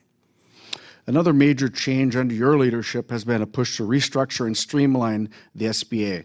Can you walk us through how the SBA is being restructured to eliminate duplication and provide more direct, effective services to entrepreneurs and small businesses across this great nation? The agency had doubled under the Biden administration in terms of headcount, but the services actually deteriorated. We saw record levels of delinquencies and defaults, costing taxpayers almost $2.2 billion in loan losses. We've restored the underwriting standards. We've right-sized the agency, and as a result, our loan volume is up 80% in President Trump's first 100 days compared to the last administration, and up 20% from the end of the Biden administration. So just like a small business, we are doing more with less. Right. In your one of the questions that in your testimony that was asked of you, and your response was, when you arrived in your position, I just want to make sure this is clear, that 90% of the staff at the Small Business Administration, they were working from home for the last 4 years. Is that correct? Yes, the offices were almost empty. And even today, we found 35 offices that had either 0 or 1 employee. So we're also streamlining that footprint to ensure taxpayer dollars are used wisely. Thank you for your leadership, and I yield back. Gentleman yields back. I now recognize Mr. Cisneros from the great state of California for 5 minutes. Administrator Loeffler, you know, it's finally nice to actually have somebody from the SBA after so many hearings to actually answer questions about policies that are being put in place. And the first thing I would like to ask you is if you can name those offices that had 0 employees. I would love to see those. You don't have to give them right now, but you can give them to me back in a letter I think that you could address. I would love to hear what offices and what cities those were there. But, you know, you say you are supporting small businesses, but you moved offices out of 6 metropolitan areas. People in New York City are now having to travel to Long Island, which is not easy to get to. You have to go by train or other means in order to get there. How does moving these offices out of the metropolitan areas where they serve all collectively hundreds of thousands of businesses, how is that supporting small business? Congressman, thank you for the question.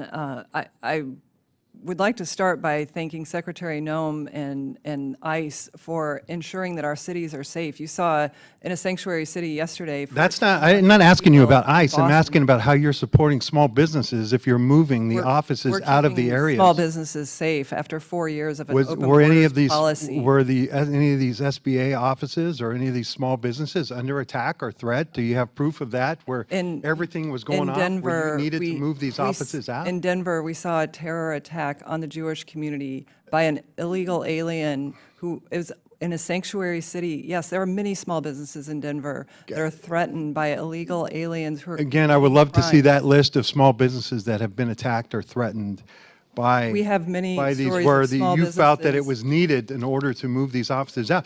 But when you, in doing that, you are not only hurting, and this is, you were supposed to be there to help businesses, support businesses in these areas.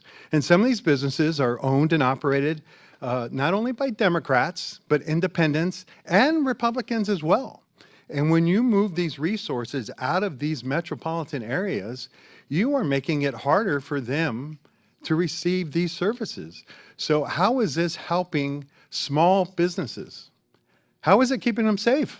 Congressman, this is not about partisanship. This is about public safety. Well, I'm talking about right now, whether or not you move the office out of these areas, these small businesses are still in those areas. So how does that help these small businesses if you're moving them out of these metropolitan areas? Congressman, there are resources all over this country from the SBA. We have 1,000 small business development centers. Do you agree? You've said numerous times today that you need to be on Main Street where these things are, right? Main Street is not only in small town America, but it's also in large metropolitan areas. Do you not agree you need to be where the businesses are?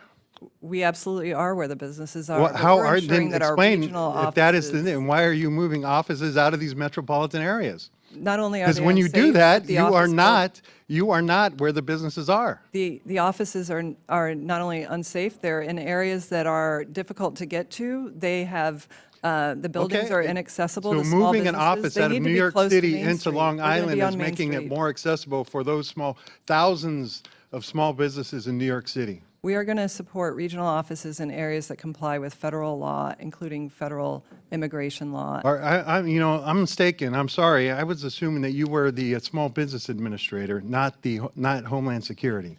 We are the voice for small businesses who want safety and security, and we're going to make sure our resources And those are small available to businesses want everyone. resources and help and support. And by moving those resources and help and support out of these metropolitan areas, you cannot legitimately tell me that you are supporting them. Next Congressman, our question. loan Next volume is up question. 80% compared Next to the- question. The FAR Council was rewriting the government's procurement regulations. Many of the rules are in place because small businesses find it nearly impossible to compete with large corporations to win a contract. To what extent has SBA been involved in the rewrite to advocate for small contractors, and have you specifically addressed the potential elimination or sunset of the rule of two? Congressman, we are working with OMB on the federal acquisition regulations with the board and ensuring that small businesses once again have a voice there. We've seen the aims of the program not being met. We think that's a serious problem. As the voice, as the advocate for small businesses, we have every means and hope. When you're reducing the numbers, the goals for small businesses, whether it be women-owned, veteran-owned, or minority-owned businesses, how is that helping them, and how is that advocating for small businesses when those contracts are now going to larger things? And with that, I yield back. Gentleman yields back. I now recognize Mr. Downing from the great state of Montana for 5 minutes. Thank you, Mr. Chairman, and thank you, Administrator Loeffler, for testifying today.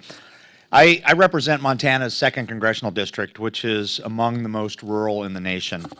And federal agencies need to be aware of the challenges that rural small businesses, farms, ranches face.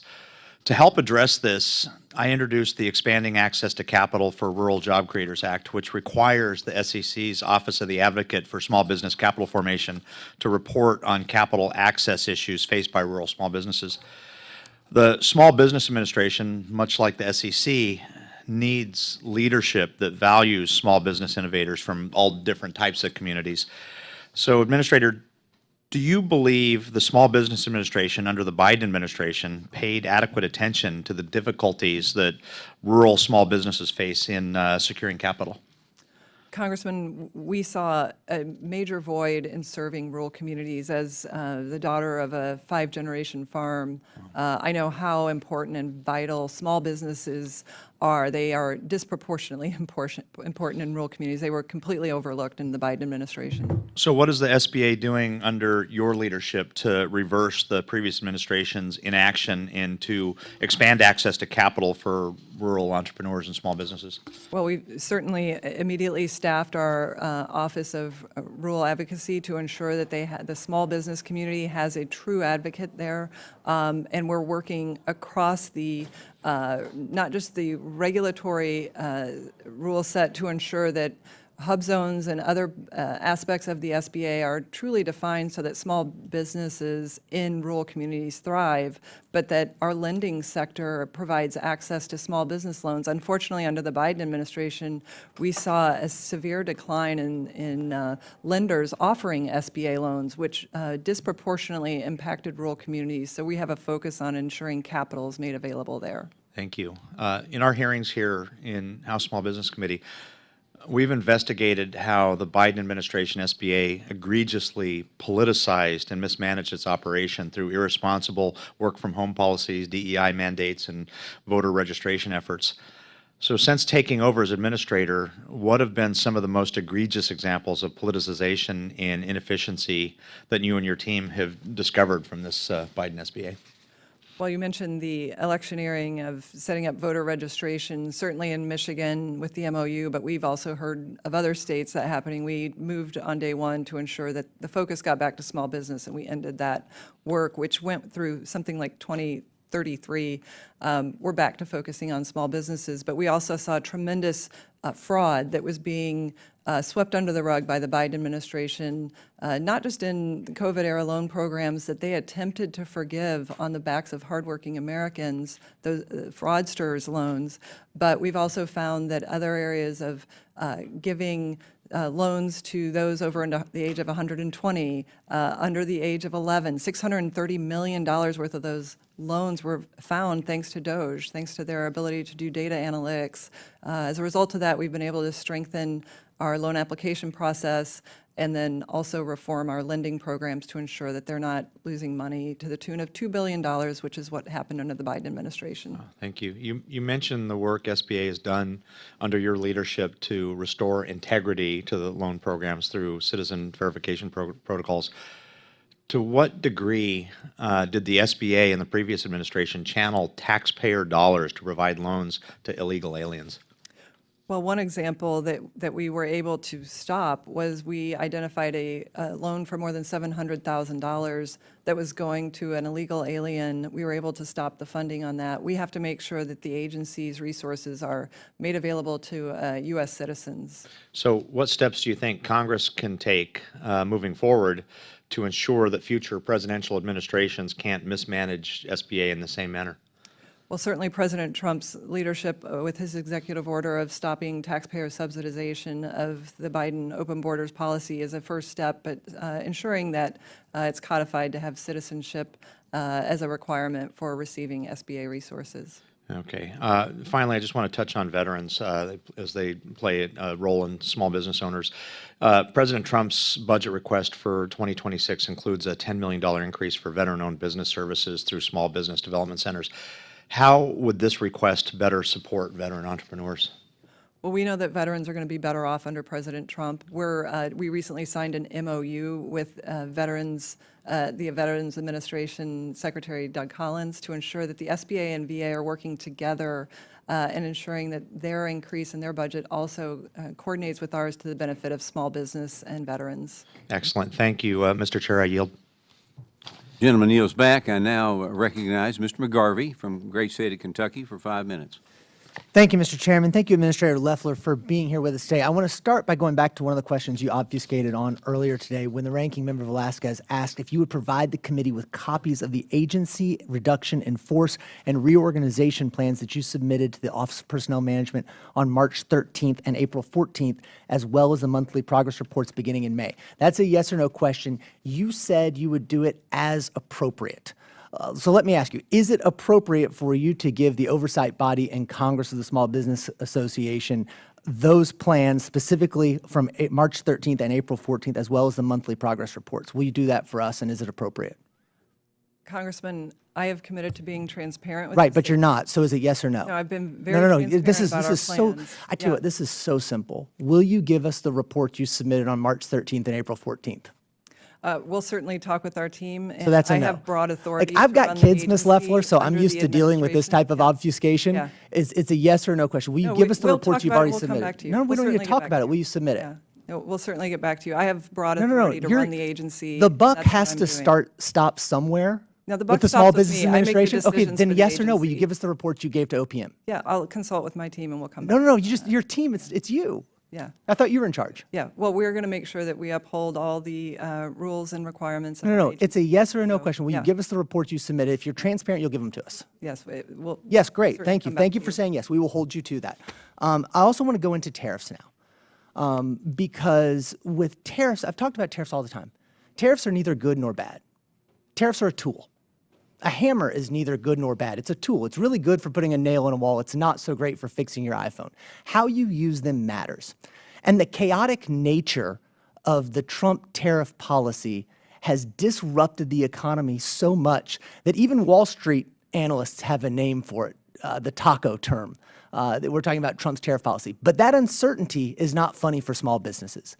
In fact, the Wall Street Journal Small Business Index found that 58% of small businesses say the economy has gotten worse. 66% of small businesses believe tariffs are having a negative impact, and 51% anticipate a recession coming up soon. Do you have any relief efforts or certainty that you can give small business owners in my district of Louisville, Kentucky, all of whom are complaining to our office about this, that there will be certainty in the tariff policy specifically? President Trump is fighting for fair trade. He's fighting for American industry and Right, so American you don't have an workers. answer on that either. No Okay, one has this is fought good. I'm for going to reclaim my American time. workers. They've been I'm going to reclaim my time. completely- I'm reclaiming my time right now. Okay, so I've got 3 kids. They're in elementary and middle school. When they don't answer a question directly, I know what they're up to. I know what you're up to too. So we're just going to move on. Hopefully we can get to some good work here today. I got a lot of questions about your fiscal year 2026 budget request, and I'm just hoping you can clarify a few of those today. Because I'm looking at the budget request right now. And I'm on the Veterans Committee. I have over 40,000 veterans who live in Louisville, Kentucky. I'm deeply concerned about veterans' issues and how they can make a really good life for themselves after they put on the uniform to serve us. But the plain reading of your budget says that it is one of the 15 programs that looks like it is going to be ending. That's our Veterans Business Outreach Centers that help veterans. Last year, the Veterans Business Outreach Centers, they held more than 1,900 training events, including 867 Boots to Business reboot classes at more than 180 military institutions. Boots to Business is a program passed by Congress. Testifying in the Senate, you said, I want to correct the assumption that we are eliminating these Veteran Business Outreach Centers. And today with Mr. Tran's questions, you said that something similar. So I want to ask, is the Veteran Business Outreach Center program one of the 15 entrepreneurial development programs mentioned in your budget request? We have said that we will continue to fund it, that the $10 million funding level is a floor, not a ceiling. We have, in fact, 35 Boots to Business efforts going on this week that veterans can Okay, but I want to was drill at into this Joint really Base quick. I'm San reclaiming Antonio my last time. week I want to with drill into veterans. this really quickly. By cutting those 15 programs, you cut $167 million. You say that you're going to put them over in the Small Business Development Center, but you increase the funding for that only by $10 million. You say it's a floor, but it's in here. It's in the budget. It says exactly what it is.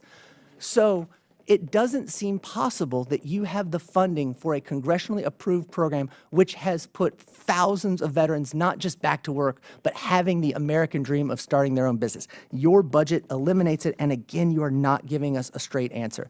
I wish you would do that because just yesterday on the House floor, this committee passed 7 bipartisan bills. We work together for small businesses so that everyone can have the American dream, and I hope we can have that relationship with you. Mr. Chairman, I yield back.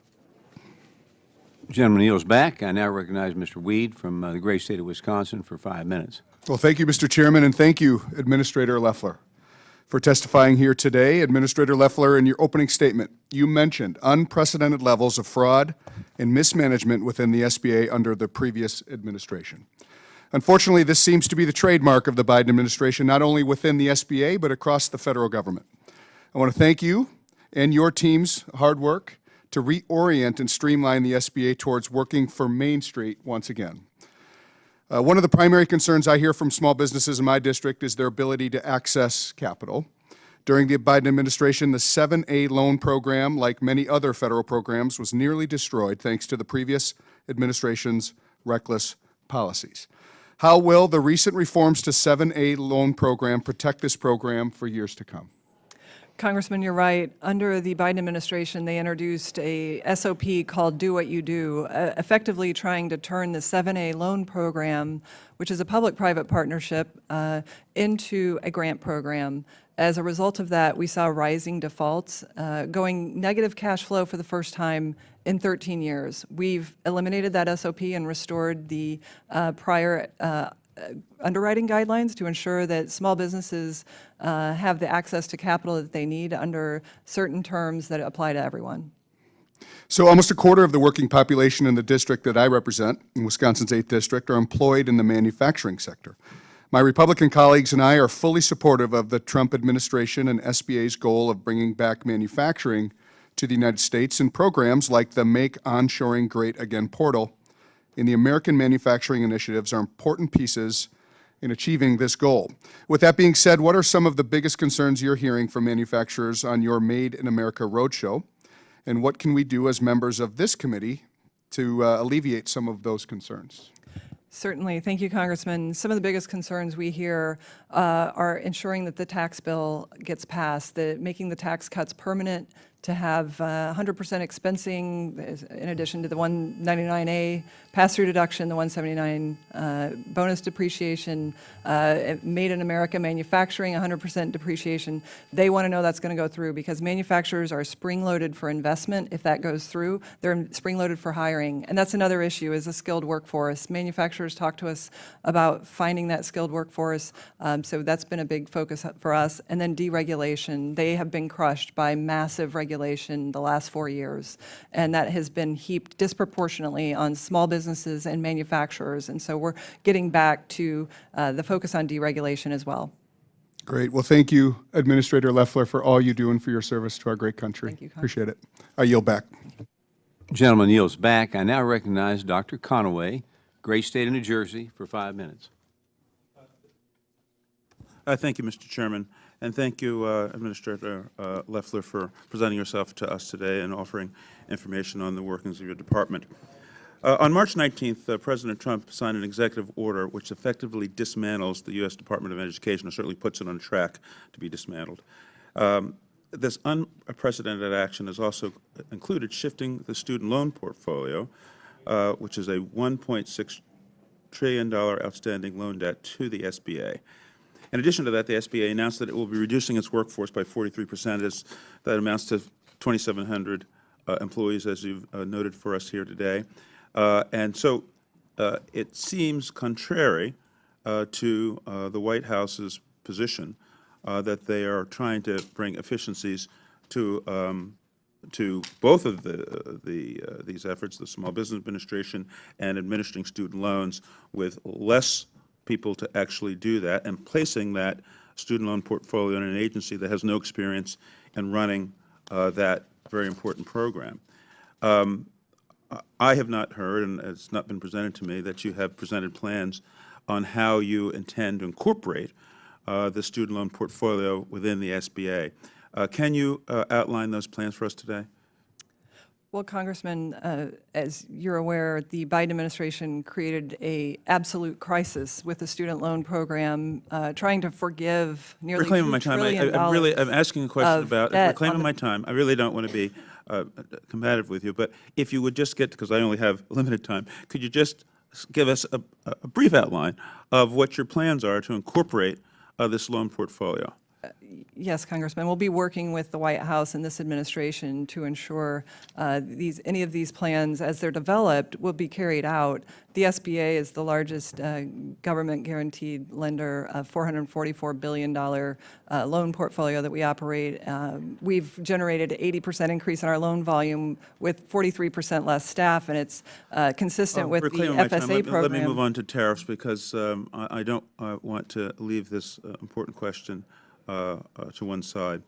I have met, as you have, with small businesses in my community, and I will tell you one of the things that I've heard from people who sell cars, from people who are selling products, and at baseline, small businesses get many of their parts or wholly made products from overseas, and so they suffer tariffs on the way in, and they sell overseas, and they're hit with tariffs on the way out. The policy has been back and forth. We were promised we'd have 90 deals in 90 days. At this time, there are 0 deals done, and the clock is ticking on this 90-day program. And what they have told me, these small business owners, is that one of the things they need is certainty so that they can plan. I met with a small business that has overseas operations. They have made it's a third-generation business. They've made a profit every year. They've maintained a stable workforce and growing. And and what I was told is they believe for the first time in the history of that firm that they will not be able to make a profit because of the tariffs and the costs being imposed on their business. We know it's a tax on consumers, and we know that tariffs have driven economies and indeed the world economy into recession or depression. So tell me, How does this shifting policy on tariffs, how does that help small business? Congressman, I disagree with your premise. These are the tariffs enacted against America. These are what small businesses Right are now, up I'm against. reclaiming my This time. is what's happening. How- No one's fighting for small business. Reclaiming my and time. President Trump How was the first is to a do it. policy that is a sort of a whirly-bird policy, it's like a weather vane going, they're on, they're off, these deals that are supposed to get done again, 90 deals, 90 days, zero of these agreements have been made, and all the experts say it takes 2 years, roughly, for any of these deals actually to get done and ironed out. So what are small businesses supposed to do over the next 2 years with all of this uncertainty as they attempt to plan and grow? What are you telling these small businesses? To wait, and in 2 years, help will then be on the way? Congressman, the president has committed to a short-term trade negotiation over 90 days. He's already completed 2 deals and more to come. Zero But deals. Small Zero businesses deals are clear. Now, don't reclaiming have an my time advocate. because I just have 30 President seconds Trump left. is their I want to get to advocate this to question ensure that- about the inspector generals that have been fired across the government. And I want, my questions are, will you commit to ensure that whoever comes to your agency has a demonstrated history of nonpartisanship in their dealings? We've seen the opposite in people that are already on the job. And will you commit that they have expertise in the areas of auditing and finance and the legal affairs that they need understanding to actually run the office of an inspector general for the SBA? Will you commit to that? Yes, Congressman. Yes. Thank you, Mr. Chairman. The gentleman yields back. I now recognize Mr. Petronas from the great state of Florida for 5 minutes. Thank you, Mr. Chairman. Administrator, thank you for joining us today. My district is Northwest Florida. If you're from Georgia, you know where it is, and I'm sure you probably vacationed there at some time in your life. Please know that we have an invitation open for you to come and visit. I'm the new guy on the block, but where I'm coming from is I grew up in a small family business, restaurant business. Taking care of the customer is important. Taking care of our employees is important. And I appreciate we have an administrator that understands the importance of signing the front side of a check and understand running a business. I'm really pleased of what y'all are doing to prioritize waste, fraud, and abuse. When you're running a small business, the only way you're going to succeed is to watch the bottom line. And I saw the video that you posted as you walked past all the empty cubicles, and I was floored by the amount of really lack of efficiency that was taking place in your administration and how you had to really wrap your arms around a mess. And it's not easy. And I admire your commitment to want to turn the agency around. I regret that my colleagues from across the aisle weren't here to hear my questions. But I'm sensitive to my part of the state, especially when it deals with natural disasters. And the SBA loan program has been responsible for saving many a business in the state of Florida, especially after a hurricane. And the one thing that I appreciate about the loan program, there's not a question on it that says, are you a Democrat or a Republican? Mother Nature doesn't care where it lands, but it's going to affect everybody and hurt everybody just the same, no matter where you voted, no matter where you live. But describe how that program makes a difference in saving these businesses, which ultimately keeps people employed. You're absolutely right, Congressman Petronas. I've visited red states and blue states disasters and ensuring that from Kentucky to California, they have what they need in the recovery efforts. We're not a response agency, we're a recovery and resilience agency, and certainly have been on the ground. And in the first 100 days of the Trump administration, we've delivered $3.4 billion of disaster loans. That means to small businesses and families across this country, impacted over 1,300 counties right now in America. We have ongoing about 25 disasters. That means that homeowners have the resources through our SBA loan program to rebuild, that small businesses can rebuild and keep staff on. And my commitment to you is that we will not let happen what happened under the Biden administration when the administrator lied about having funds and then when disaster hit a few days later found out that they had run out of money and homeowners across this country, business owners, went without for months. And so appreciating the need to be responsive. We've brought in a great disaster team. We've strengthened it to make sure that recovery and resilience force is on the ground as it is today with hundreds of employees deployed across America right now as we speak. The one element of your job that I don't think the members realize is how you have to surge after a disaster. I mean, you don't run an agency with, with the anticipation you're going to have a storm every day. So you try to have to be efficient with your resources. And so, explain to us a little bit how challenging that is and how important it is, but how you manage the surge component to take care of people.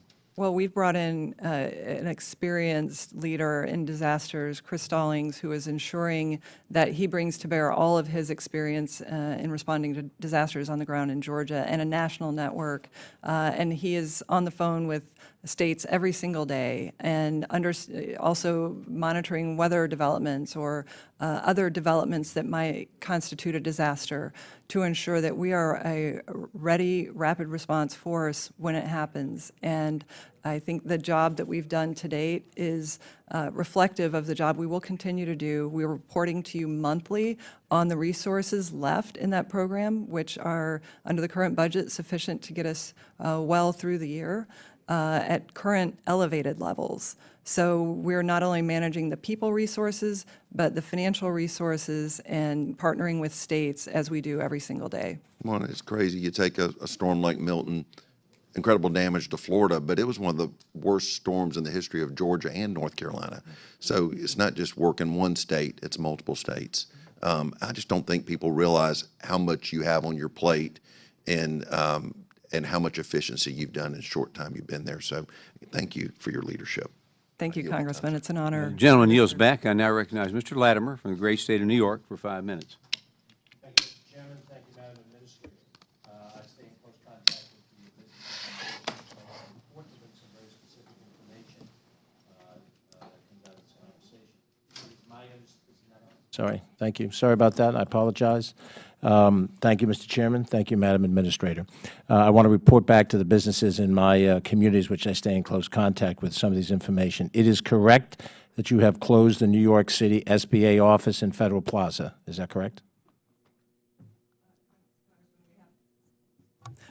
Congressman, we are working on moving offices out of sanctuary cities. I'm asking, did you close the office? Is it still open or is it closed at this moment in time? I believe it's still open. It's still open. I'll note that Federal Plaza is where Federal Courthouse is, where we have New York Police Department headquarters and other government organizations right in the Wall Street area, very safe, secure area, and easily accessible by mass transit. Are we continuing to operate, just for nearby purposes, the Bridgeport, Connecticut office, or we intend to close that?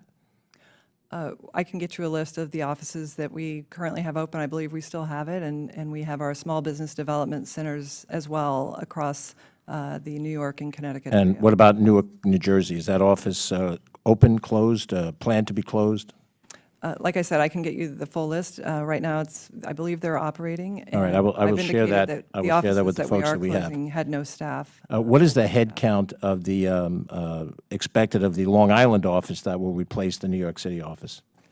Well, certainly we want to optimize our field to ensure that small businesses are being served. We think that sometimes for small businesses to approach a federal building can be intimidating and not as accessible, and particularly when they're in sanctuary cities. I don't mean to be rude, but I just wanted a specific number. You don't have that number at this stage. Yeah, of the we're game. developing All it. right. And Okay. continue to So I'll evaluate. report that we don't know how many people will be in the Long Island office replacing that, which is We'll in the have New York sufficient City staff office. to meet the needs of small businesses. When I went onto your website, I did not see any specific information regarding tariffs, and that is the single most asked question that I get from small businesses. What are the tariffs? What's the percentages?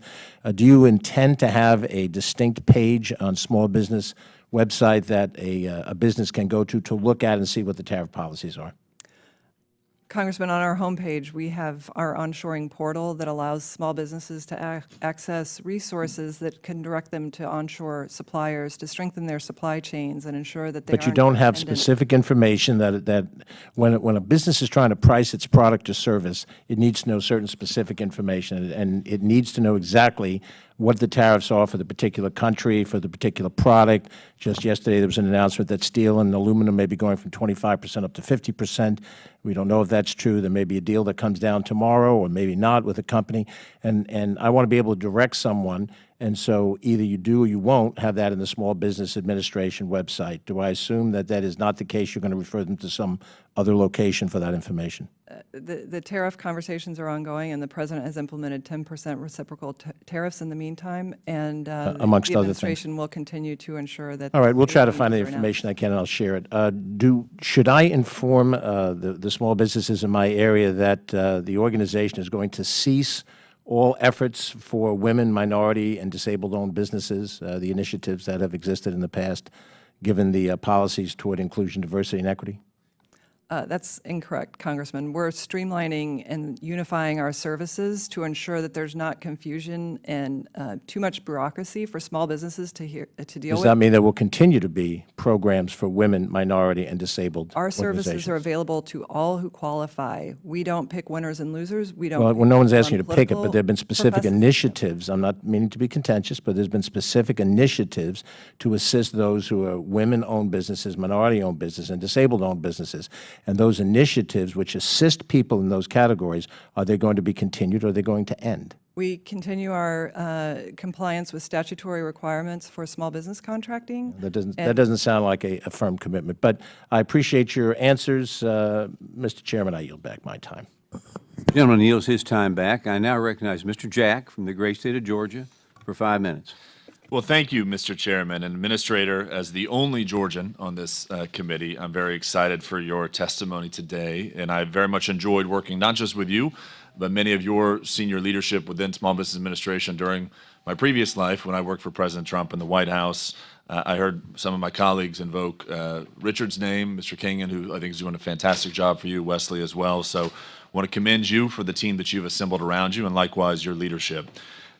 For my colleagues across the dais, and likewise for anybody watching at home, I would love to walk through the impact that you've already created in my district in a positive way. In April, you took time to come visit Troup County, and again, for everybody to understand the time and devotion she gave to my district and our state, she came to Troup County. She visited, we together visited Jane Foods, used to be known as Kimball's. And I say that because it's interesting. They shared with us that they started through an SBA loan, and that's one of the reasons why they continue to serve a community I represent for the last 50 years. We then had a wonderful roundtable with the Troup LaGrange Chamber of Commerce, and thereafter walked down a few streets in LaGrange, visited Solomon's Department Store, been around for over 100 years, a small business, had lunch at Charlie Joseph's, went to Tasted Lemon Restaurant. So I just want to commend you for the attention that you've already provided to my district, and welcome any thoughts from that trip with respect to what you learned. Well, thank you, Congressman. It was great to be with you in the 3rd District and in LaGrange, walking on the town square. It's, these main streets are truly the heartbeat of our country.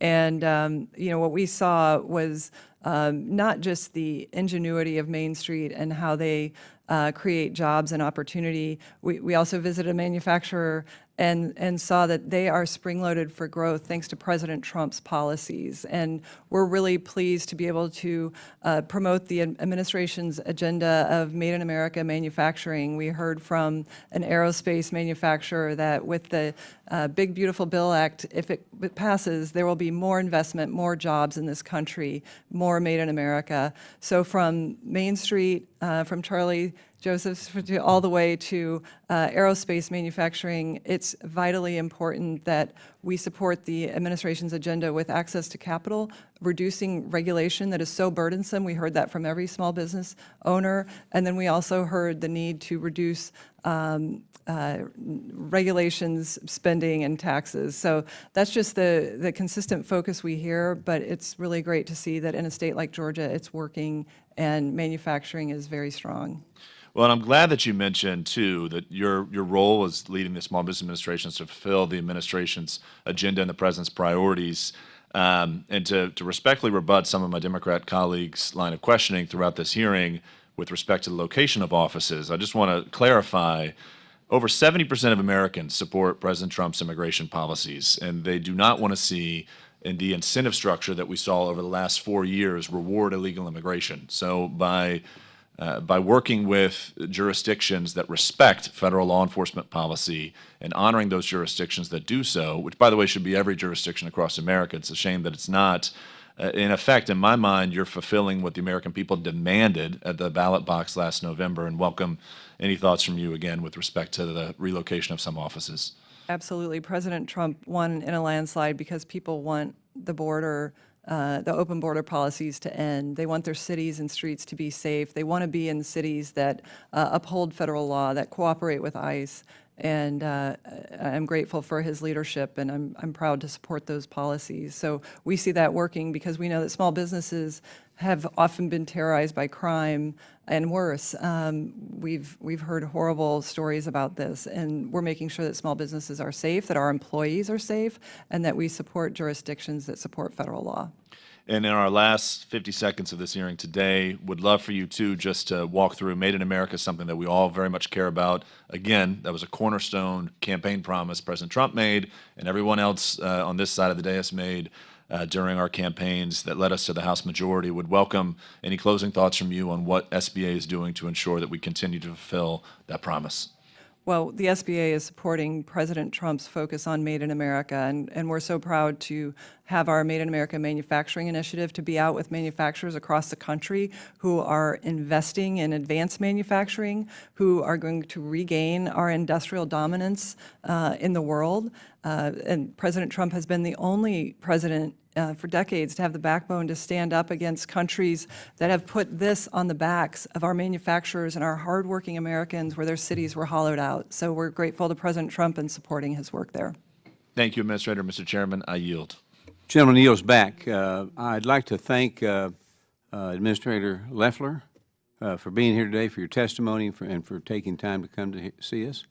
And also, both sides have participated fully in this hearing, and we're glad for that. And without objection, members have 5 legislative days to submit additional materials and written questions for the witnesses to the chair, which will be forwarded to the witness. I ask the witness to please respond promptly. If there's no further business without objection, the committee is adjourned.